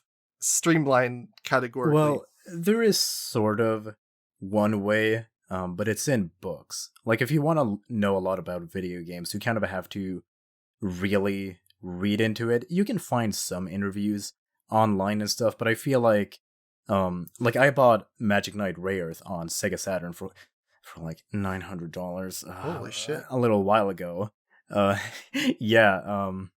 Not super happy about that. Gotta love retro game prices nowadays.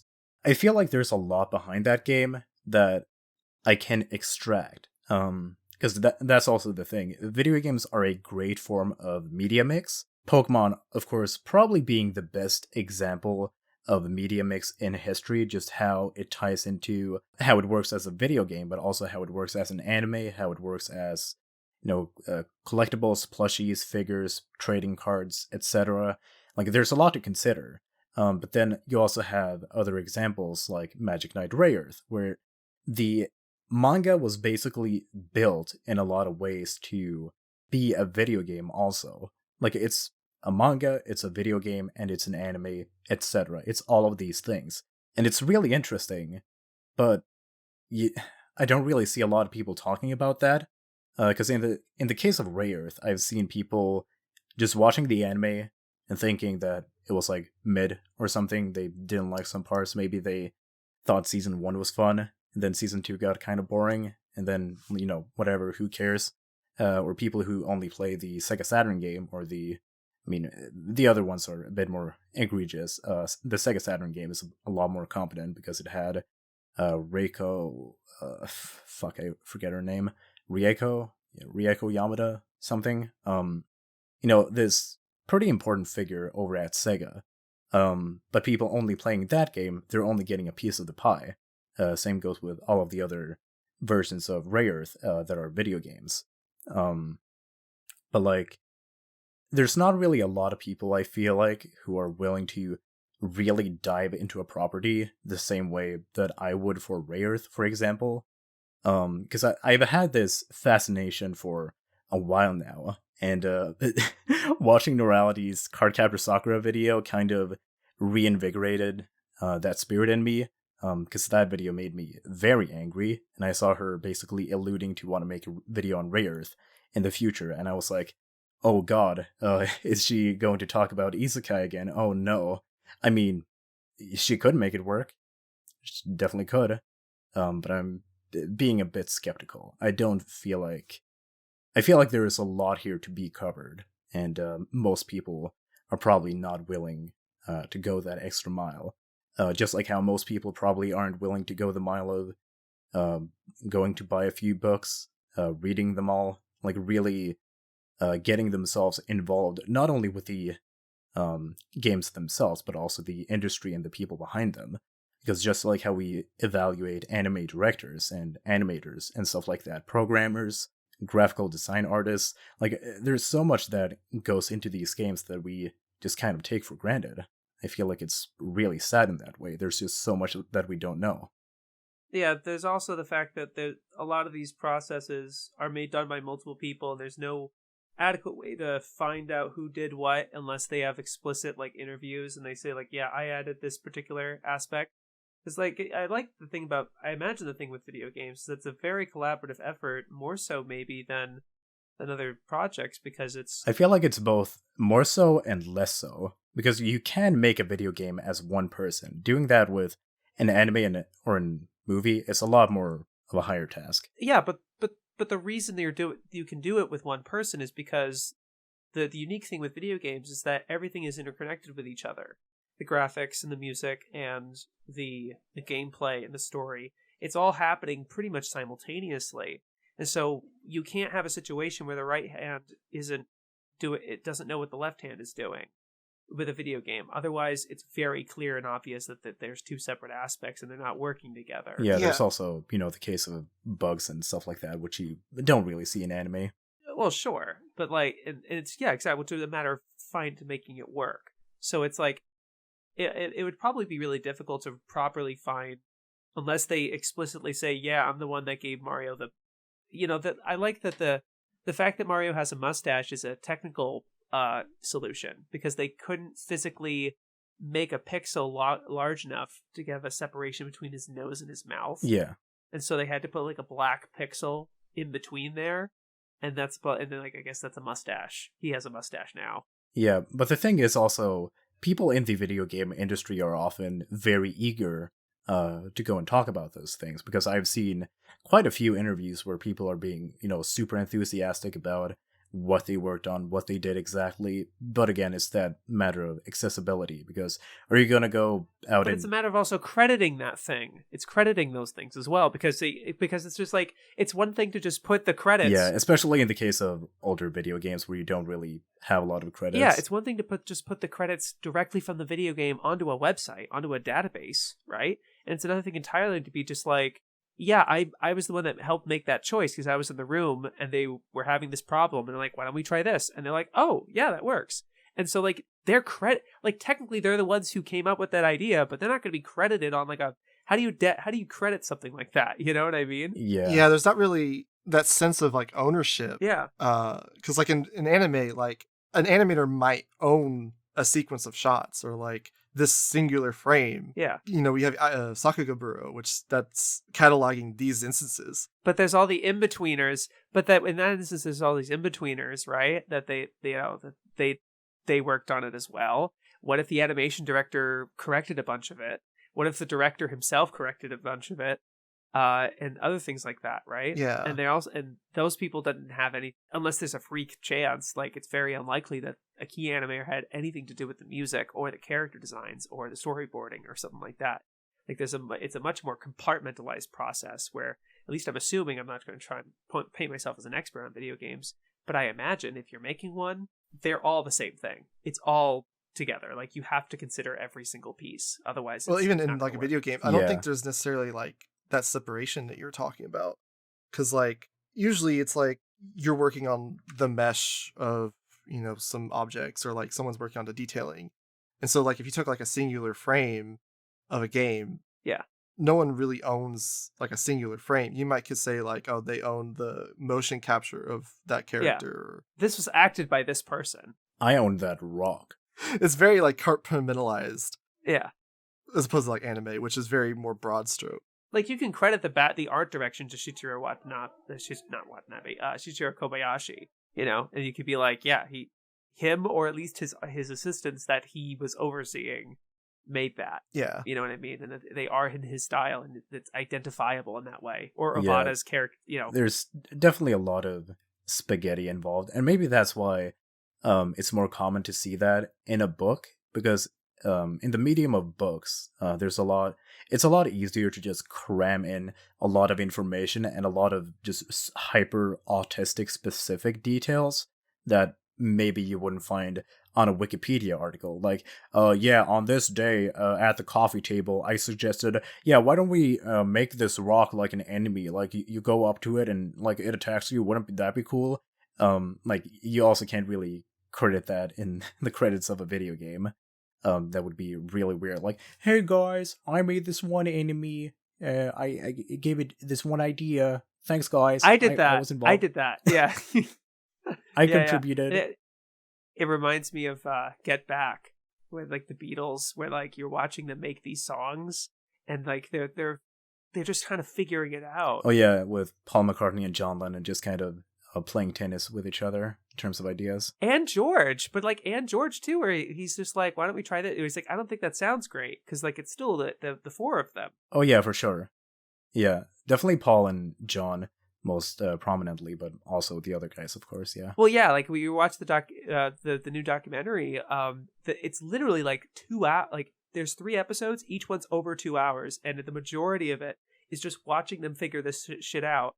And it's really like a little bit of John, a little bit of Paul, a little bit of George, and then Ringo is just very quiet on the drums, and he's like, "What do you want me to do?" And I think he really is he just shows up, does his thing, and it's really cool. But like, yeah, it's a lot of like, it's interesting because there is that tension with Paul and John, and then George is the one that is like making the decision, because he's like, I don't think that sounds good. It's like, oh, that sounds great. You know, like he's kind of their litmus test. He was their like their mediator. Yeah, he was pretty decisive. Pretty much. It was really interesting. But that documentary is great. I guess that kind of goes into like the investment of it.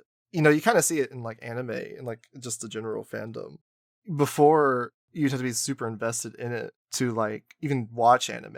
Like, you know, going back to the 90s, you either had to be in a mailing club or be tech savvy enough to be on like IRC. And I don't know. I'm not familiar with it. I don't know if they even had like anime on RC. I know they had like movies and music and stuff, but anime might not even been on that level. Mm-hmm. Writing a book obviously is going to call for much more like investment into what you're writing the book on, as opposed to like a Wikipedia article where you can just kind of non-committally contribute something and just kind of forget about it. If it's incorrect, someone else will just come fix it for you, you know, add on to it, whatever. So I think that definitely makes sense that you would get more of a extensive kind of catalog in a book where someone's obviously got the investment in the subject to set out to write the book to begin with, as opposed to just like, a non-committed Fanpedia article or something. Yeah, I get that. Yeah, it also just creates a lot of myths around video games, which in a way are also very interesting and definitely worthy of, looking into.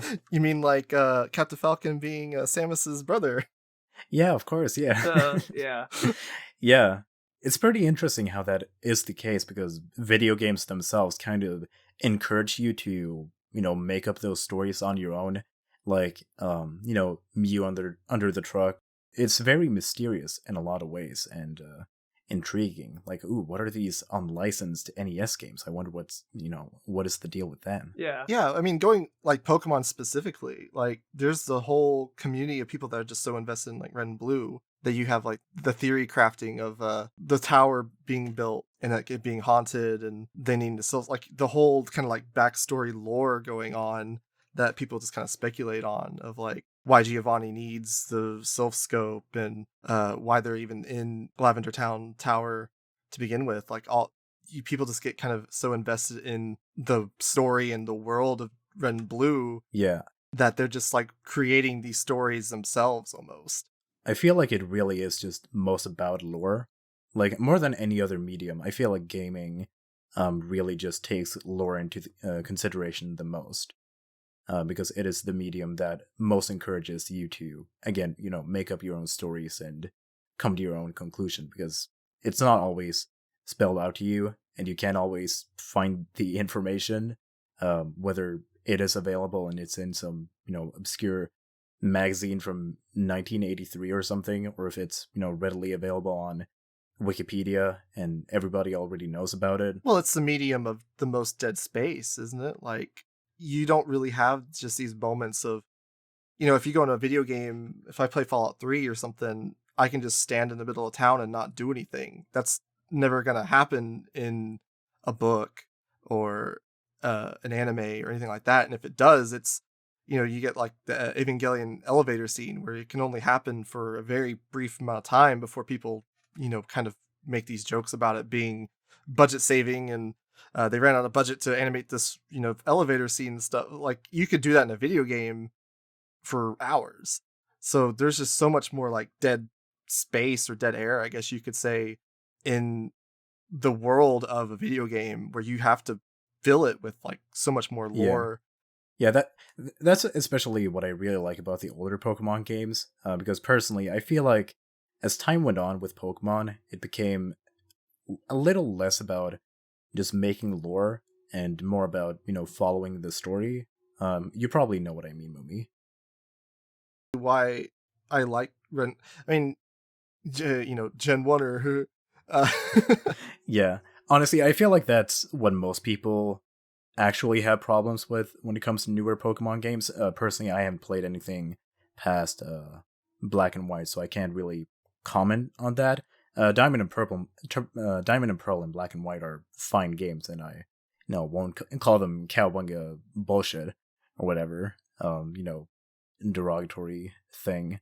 But there definitely is a beauty to Red and Blue in those games. Yeah, I mean, I like the newer game. Well, up to a point, I didn't like Sun and Moon all that much, so I kind of fell off after Omega Ruby Alpha Sapphire. I did like the newer games. Like, I did really get invested in breeding your team and fighting competitively kind of thing. I did really get invested in that, and I did have a lot of fun with that and building, like team building, and I'm going to use this Pokemon people don't typically use, and we'll see how that goes. Or I'm going to build a theme kind of team, like, I don't know, anime character team or Sandstorm team. Like, you can do all this kind of cool stuff with the games later on. But I always think of like Red and Blue as like my favorite Pokemon game, where like the later games are more like my favorite games that are Pokemon kind of deal. Yeah. Like, I don't necessarily go play the newer games for that immersion or that like lore and that experience like I do Red and Blue. Like, I'll just boot up Red and Blue and just replay it just to feel that immersion again and like go through the story and kind of connect plot threads, like Ditto being a failed Mew clone and all that. I get really like invested in that. Whereas the newer games, I just will boot up the game and just build a team. Like I'm not resetting the game. The stories were fine. I liked the newer game stories fine. Like it was a cute story, but it's not one I'm going to keep revisiting and coming back to. Yeah. Honestly, I feel like with Silver and Crystal, the ones that I played first, if those games did not have a day and night cycle, I'm not sure if I would be as attached to them as I am. Because while I do love Red and Blue and, Gen 3 and all of those games, it's just something about having a day and night cycle made it feel so much more personal in a lot of ways. Had just the right amount of dialogue, just the right amount of, lore with the Slowpoke tales and everything. And the guy who had a fetish for Suicune, so I have no idea what the hell that was all about. But, it's really cool, and that's exactly what I needed as a kid, as somebody who, never really had any close friends growing up. It's like, not only were the Pokemon my friends, but also just the world of Pokemon was a place I would rather be in at the time. And now as an adult, I see how that can also be problematic in a lot of ways, because if I lose myself in a world, that means I'm not, being productive with, working on a video or studying, anything like that. So that's also like a huge reason why I choose not to dedicate myself to newer games, not only because I don't always like the direction of, where video games are going, but also just that commitment and that fear of getting too into it. Yeah, you could say that a lot about World of Warcraft, right? Oh yeah. World of Warcraft is probably a lot like that. Oh yeah, MMOs especially. God, I would never. Yeah, in general, right? Like Final Fantasy 14 is a prominent example nowadays. But I do have some mutuals that have been playing the game since 2004, since it came out, and they have their original character, and they're still into it, And obviously they're adults now, and they can and they have good, decent time management. It's not complete obsessive over their lives, although it has consumed some people's lives. I don't want to go into the argument about it being an addiction and things like that. I do think that anything in excess can be an addiction. It's just if people treat it as addictive qualities and stuff, I wouldn't say video games themselves are addictive. It just kind of depends on the individual. Which brings me I wanted to touch on that previous point that Mumi had brought up about Fallout 3, just standing in the middle of a thing for a few minutes or whatever. You're not going to get that in a movie or a book or something. Mm-hmm. I think that's because it's up to the player's choice and the audience that make that decision. Because there are some audiences that wouldn't do that, right? They'd either shut the game off or pause it or whatever, or they might just schmoove it, right? Or even faster, the whole thing with speedrunning. It's because it's all up to the player autonomy and the audience. Whereas books and movies and narrative-driven things, it's sort of they're either dictated on their medium. You can't really expect a 6-hour movie where movie theaters, they can only play that movie. Pragmatically, they can only play that so many times. They can only have so many showings. So it can only make so much money, right? And audiences may not want to sit for 6 hours, right? Even if it's really, really good, you might rather want to put that on a streaming service, maybe divvy it up into some episodes and let the audience, they can pause and resume, visit back it whenever they want. And so that way you can kind of put as much of that content as you want. I hate to loop it back again into Get Back, but that was original, that footage that they made for that documentary was originally from a documentary they made at the time of that recording. That was only an hour, a normal length movie, right? An hour of 30, whatever, or less. But they filmed 150 hours of audio and 60 hours of video, and all of that is super valuable. Why not put a 60-hour, all this footage and stuff? But at the same time, some of it's not very usable, or some of it's not very as interesting, but a lot of it is, right? So I think that the advent now of being able to make 3-hour movies, 3-hour movies, at least over 2 hours, right? Of them just playing and stuff. And a lot of it's kind of mundane, actually. a lot of the movie is actually kind of just not a lot's happening, which is kind of similar to this video game thing, which isn't as much the audience's choice, but it's sort of the difference of medium there. Yeah, I don't know. I just think that was interesting. That you're right that that doesn't happen as often. Yeah. So, I mean, we can tie that back to, like I mentioned offhand earlier about the boy band, like pop idol group thing. Mm-hmm. Like, I definitely think there's more of like an audience now where people are just more invested in like an artist or like a group that you would have like that audience for, you know, even the shots that like the 60 hours of footage, even the stuff of just like, you know, Paul McCartney picking his nose or mundane, you know, that kind of thing would have like an audience that they could just catalog the whole, like you could just take clips of each character, like each person and be like, oh, this is all the archive footage of him. Like, and it might be like 40 hours of footage. Right. Yeah. Especially when it's 50 years after the fact in the case with Get Back. For sure. Like they didn't touch any of this footage for 50 years, partly because I think I don't want to get too much about this, but like it was partly because the audio was kind of crap. Because like, you know, it's not that their audio wasn't as sophisticated, it's that like it would be not well mixed, and so you couldn't tell what they were saying, but you could hear stuff, but you couldn't make out anything in particular, like couldn't articulate anything. And so Peter Jackson like had developed this technology where you can separate the audio from, like, you can tell, you teach AI to know what a bass guitar sounds like and what drums sound like, and so you can isolate those sounds. So then you can properly mix them and you can hear everything that they're saying, even the stuff that they don't want you to hear, because like they turned the amps all the way up so that they could drown out their conversation. So it can be more private.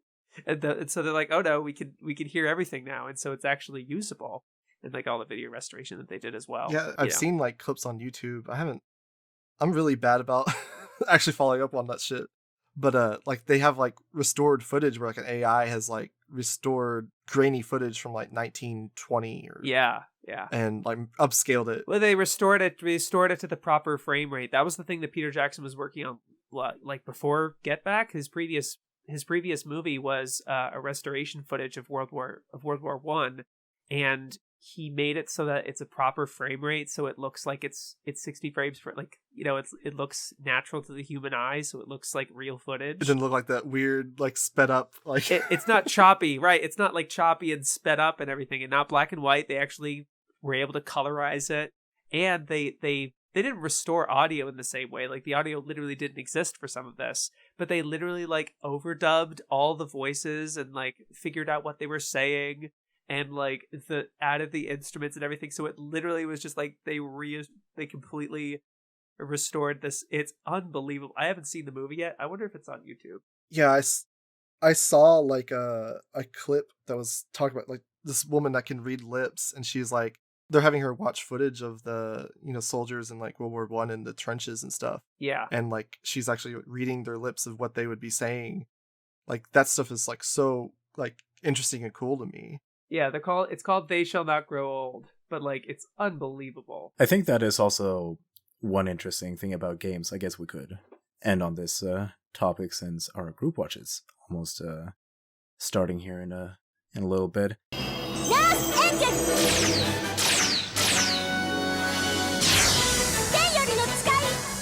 But it is also just how video games use technology, and not only like accessories and stuff like that, but also pushing hardware limitations, like sometimes even putting new chips and cartridges for better sound quality, like the VRC6 chip in Lagrange Point, or you know, the Powerglove.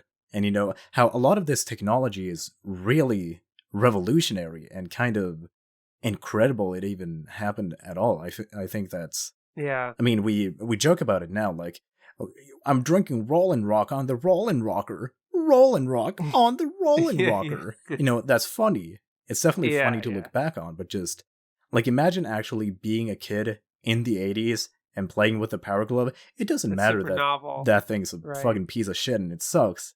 It's a Powerglove. I'm playing a video game with a glove. I have a Powerglove myself, actually. It's so bad. It's so bad. It's so bad. It's so bad. It is so bad. Yeah. No, it's still just fun to play with. Like, you don't even have to play a game necessarily. Cool. Just having it on, you're like, yeah, I'm just like that kid from The Wizard. Just keep your power gloves off her, pal, huh? Right, I don't know the channel. I don't know the channel, that the Twitter account that does this, but they do that like comparison of pixel art, Like they compare the pixel art on a CRT versus like, like actual like sourced from the game footage and like what the actual pixels look like. And it actually, the pixel art almost always looks better on a CRT than the game, than like seeing the actual pixels in like full quote unquote HD, because they took the contours and like the kind of the rendering in mind of like transferring it into a CRT. And so the pixel art actually looks phenomenal, like when it's like rendered that way. And sort of like seeing the comparison. But even that, it's also interesting how like they build video games. In the case of Chrono Trigger, I remember there's like this castle in Chrono Trigger with a big moon over it, and in the actual game, because the game itself isn't built in 4x3, it's built as a like perfect square, so you kind of have to squish the moon a little bit, so when it's blown out, one by one, so when it's blown out, to 4x3, it actually looks circular. Wow. And there are some games that didn't do that. Right. I can't remember if Mortal Kombat like didn't do that or not, but there are definitely examples you can find of people not doing that, and it's again just more things to appreciate about video games that you wouldn't know if you weren't hyper autistic. Yeah, it's problem solving, because they realize that like they have to test play it on an actual TV that most audiences will have. Yeah, because it's so much more technology sensitive when you think about it, because movies, books, they're not really like books aren't necessarily, they're kind of thinking in that practical way, especially if you're like an encyclopedia and you're like, I literally can't fit all of these words onto this many pages, otherwise we have to get like the thinnest possible paper stock and shit like that. Like there's some technical challenges and pragmatic limitations in that sense. Oh yeah, but it's also just more. Yeah, but it's not as intimate with technology as video games. Video games, like that, it's literally becoming a problem with some of this preservation stuff. Like it's so much more of a sensitive problem on the preservation side and on the physical media side than anything. Because like with books, it's like, dude, you could just, what does the text say? You know what I mean? It's like that the words are right there. Yeah, video games are very well preserved, I will say. I think it is incredible how like well we've preserved video games. It's because they realized how important it is. Like people realize like this is not books, this isn't movies. And these cartridges, they aren't going to last forever. Your copy of Takeshi's Challenge is probably not going to work in 30 years from now. Yeah. And that's like kind of scary to think about, because like, oh shit, this giant investment that I made, I've spent $100,000 on video games, and it's all going to just be dust in a few decades. Oh no. Thankfully that's not me. Except that is kind of me in a way, because I spent $900 on Ray Earth for Saturn. Why did I do that? It does bring up the like interesting dilemma, because with all the archiving and cataloging of games for preservation, you do kind of lose that like tangible, like playing it on the actual hardware. And for a lot of games, it might not necessarily, make a difference, like to an extreme degree. But even just like a simple example of like, Ocarina of Time for the 3DS, like you're going to lose transferring that to a PC emulator. You're losing that gyroscope, like the tangential feel of moving, your control or your console around and like being able to see the world in like first person and aim. I mean, you could just put it on an EverDrive or something. There definitely is ways of putting a game on original hardware even after the real games have all disintegrated, but it's also just not really the same. Yeah. It's one thing saying I'm playing Magic Knight Ray Earth for the Sega Saturn. Oh, what are you playing it on? Oh, I just got a like an EverDrive disc or whatever, and actually playing it.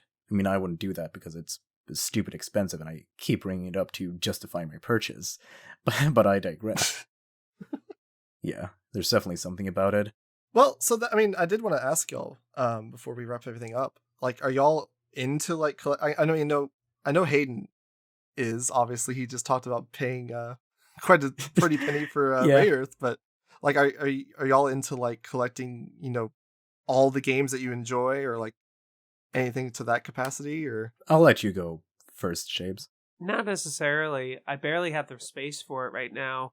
I barely have like with anime too. It's like I have to be kind of very selective. Like I would rather get like physical anime purchases than games so much. But I really like having like an online library and stuff, and being able to just have the save data on my Switch. I really like that over like, oh, where's my memory card and things like that. And it does make it convenient to swap games, like if you're taking on a plane and stuff like that. Yeah, it's space efficient. I'm still very boomer on it. Like I do want, like, you run into the issue with like the Xbox Live Arcade back for the original 360. You can't access that anymore.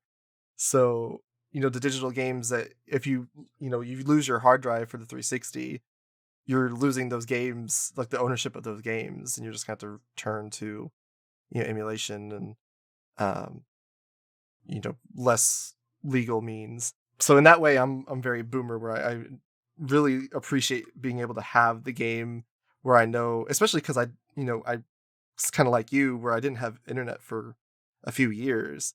So I didn't just have that ease of access, and being able to like have those physical games was, the world difference. Like if I just had to rely on Steam, I wouldn't be able to get new games. I wouldn't be able to play a lot of them because I wouldn't be able to get online. So having the physical games and just having the, being able to see like the cover art, it's almost like like I also collect like vinyls, like having the tangential like feel, like there's definitely like a removed like experience from just playing the game or just listening to like the music or something like that on your computer and just experiencing it, and having it be like an actual experience where like you have to get the game and you have to open the vinyl, you have to put it into the console, and you just have that whole tangential experience of it, and just being able to see it on the shelf and just have like the library and the collection.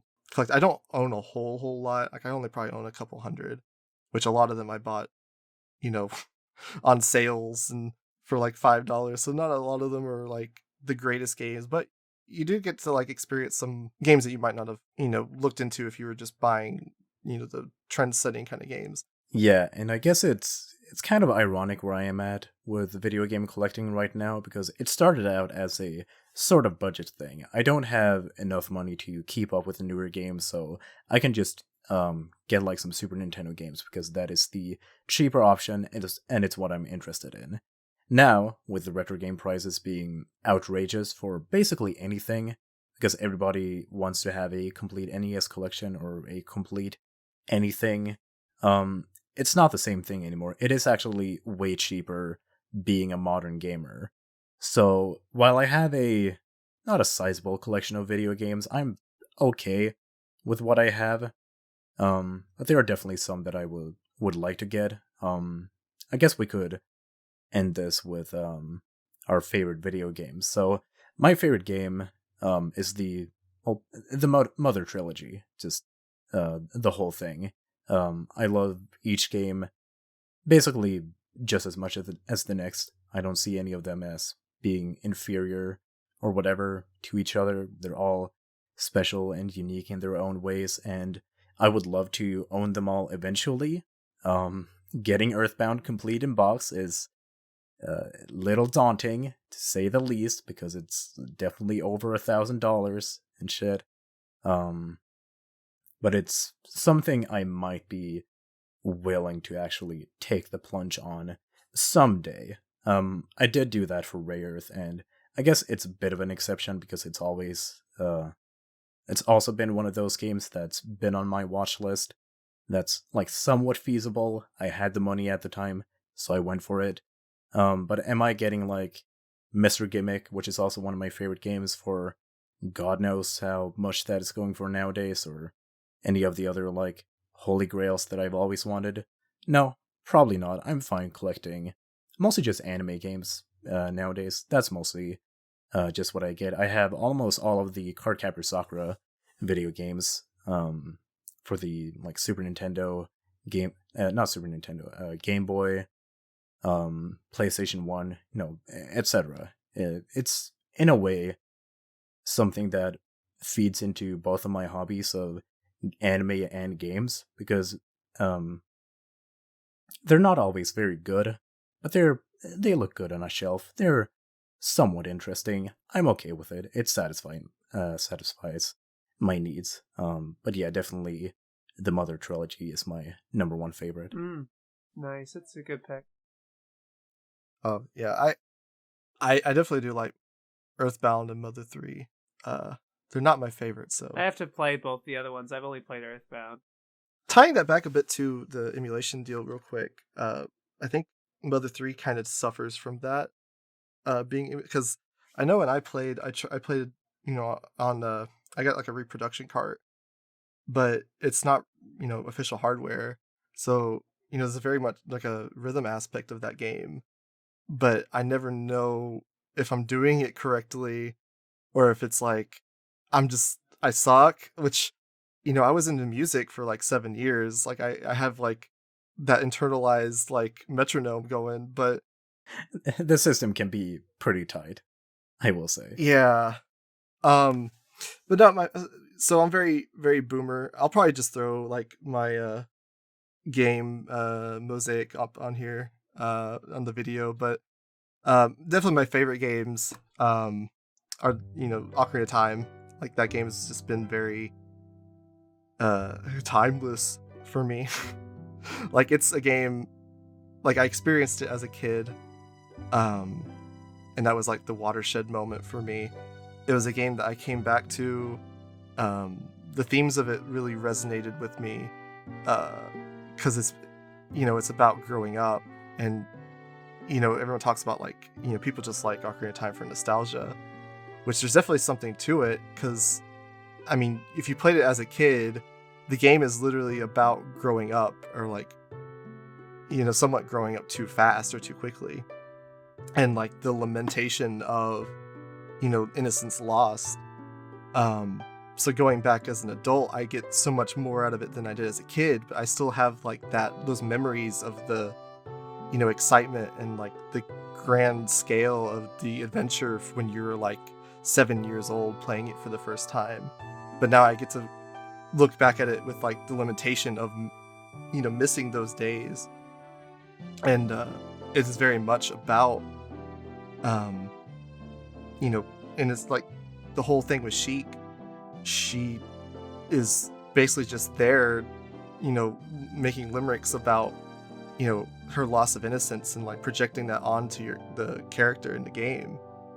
So yeah, that's a game that has kind of evolved with me, and like my appreciation for it has evolved. There are definitely games, like, it's fair to say there are games that have been technically made better. Like, no one's going to argue that Ocarina of Time is still the best crafted game as far as, like, technology. But that's definitely the one that's, like, the most personal to me and still holds up as, just resonating with me on that deep level, even, 15 so years plus removed from my first time playing it. I don't want to have this podcast be absent of the story I like sharing about Ocarina of Time with my personal experience with it. It was the first Zelda game I ever played, and I don't think I even knew what Zelda was really. And I had been playing a lot of my GameCube that first year. I think it was the first 1 or 2 years. I'd been playing probably too much of it, and my mom was like, "Go outside for a little bit. Just go outside. Just walk around." I'm like, "But it's raining outside." And she's like, "Doesn't matter. Go enjoy nature. Enjoy the beauties of nature." So I'm like, "Okay." And I walk outside, and I'm just gonna walk around my backyard because I'm still like, I think in elementary school, like middle school a little bit. I'm young. I'm not just gonna wander around the neighborhood or something. So I just kind of walk around my yard a little bit. And it's a little bigger than some people's, I guess. It's a little more sizable. And I am just kind of enjoying the aesthetic of rain and stuff, and it is kind of nice. And I'm on my way walking back to my house, is the back door and stuff, and I'm on this path. And on the side of the path, literally in my backyard, literally in my house's backyard, is a plastic baggie with Ocarina of Time Master Quest for Nintendo GameCube. It's just there in a little plastic baggie. Well, clearly someone got pulled over. I was like, "What the fuck?" And I was like, literally like, "This is the only game system I own," and I'm like, "It's for GameCube." And so like, I still have that disc, And I literally was like, "Oh my god, is it okay? Is it not scratch? What is this?" And like, I put it in, and it's either version, and I didn't know what the difference was at the time. I had literally no idea, and I don't think I found out for a while. Because like you would start the game, I was like, "What's the other game?" And it's just the same game, but the difference was the dungeons were different. And so like I just played. That's how I started it. That's how I got into it. It was crazy. Just a complete. You didn't get to play Zelda, so you had an IRL Zelda. I thought the moment. guy's name was Zelda. I was like, "Oh, I'm playing Zelda." You know, it's the legend of the guy I'm playing, Zelda. You know. Now I like your idea, movie, about a 3x3, like posting a 3x. If this is gonna be like in a video form, I'll make one and send it, and I'll have it on. You know, if that's okay with you. Yeah, no, that's great. Yeah, I'll put it up. Sure. I guess I'll make one too. I was gonna rattle off some more games, but I'll put them on a shitty picture. No, I'm not posting yours. Oh, okay, good. You don't get one. It's funny when you put forward like what's your favorite, like the number one sort of thing. I'm in that point with video games. Like I was in that stage with anime where I never really had a number one until Joe, and I'm like, because by then I was like, I guess it's Black Butler. Right? But I wasn't as committed to that choice. It was sort of a placeholder until that number one came along, which was Joe for me. So, like, I don't know if there's, like, a number one game that's like, oh, it's got to be this sort of thing. But I have to say, like, if I'm going to choose one, I think it's one that I just have a lot of fond memories for, and just sort of, I still really rep as a great game and shit, and that's Sonic Adventure 2 Battle. I love that game. I love the feel of it. I love the characters. I really like the game feel. Feel game. And yeah, it's fun. I would want to play it right now. Like, do you like the Chow Garden? Yeah, I love the music in that. I like the chows. I never really got so much into breeding them in this. I never got like super hardcore into that. But I always picked up the chow key. I'm like, yeah, I didn't always like skip it. You know, I did do a little surface level. I'm a very basic bitch with gaming. Such a basic bitch. I never really got into the Chow Garden myself. I only kicked them around. Yeah. But like, you know, showing my 3x3 would be, it'd be like, oh, this is kind of weird, like kind of all over the place. But it would be the kind of the games that I'm nostalgic for of that time, and I don't think I'd have. You know what? There would be one game that I played recently that would be on there. And that'd be Short Hike. That's an indie game with like a little bird. You fly around an island. It's amazing, and I've played that. I think I've seen that. Yeah, it's something I haven't heard of it. You can beat it like very short. It's a very short game. Like you can even like never played it for the first time. You can probably beat it in like an hour or two. But I just love replaying it all the time. It's something just like a quick thing. I love it. Yeah, I highly suggest checking it out. It's very exploration based, and you know, it has like Animal Crossing type characters and dialogue because they're all animals, and kind of very, very interesting dialogue. It feels like it was really written for adults, like by, you know, because the main character, her mom is sick, and so she goes to this island to kind of take her mind off of things. It's a little bit of vacation, and she doesn't have self-service on that island, so the only self-service is at the very top of the island. So she has to and that's what the Short Hike is making it to the top, and that's the challenge sort of thing.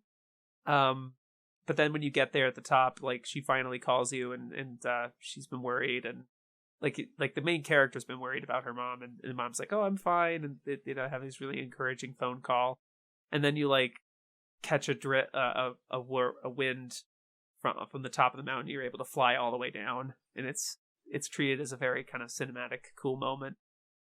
Yeah, it's a good game. It's a very cool. good game. I do want to ask one last thing before we wrap it up. What is the longest time you've played a video game before pissing yourself? It's probably Zelda.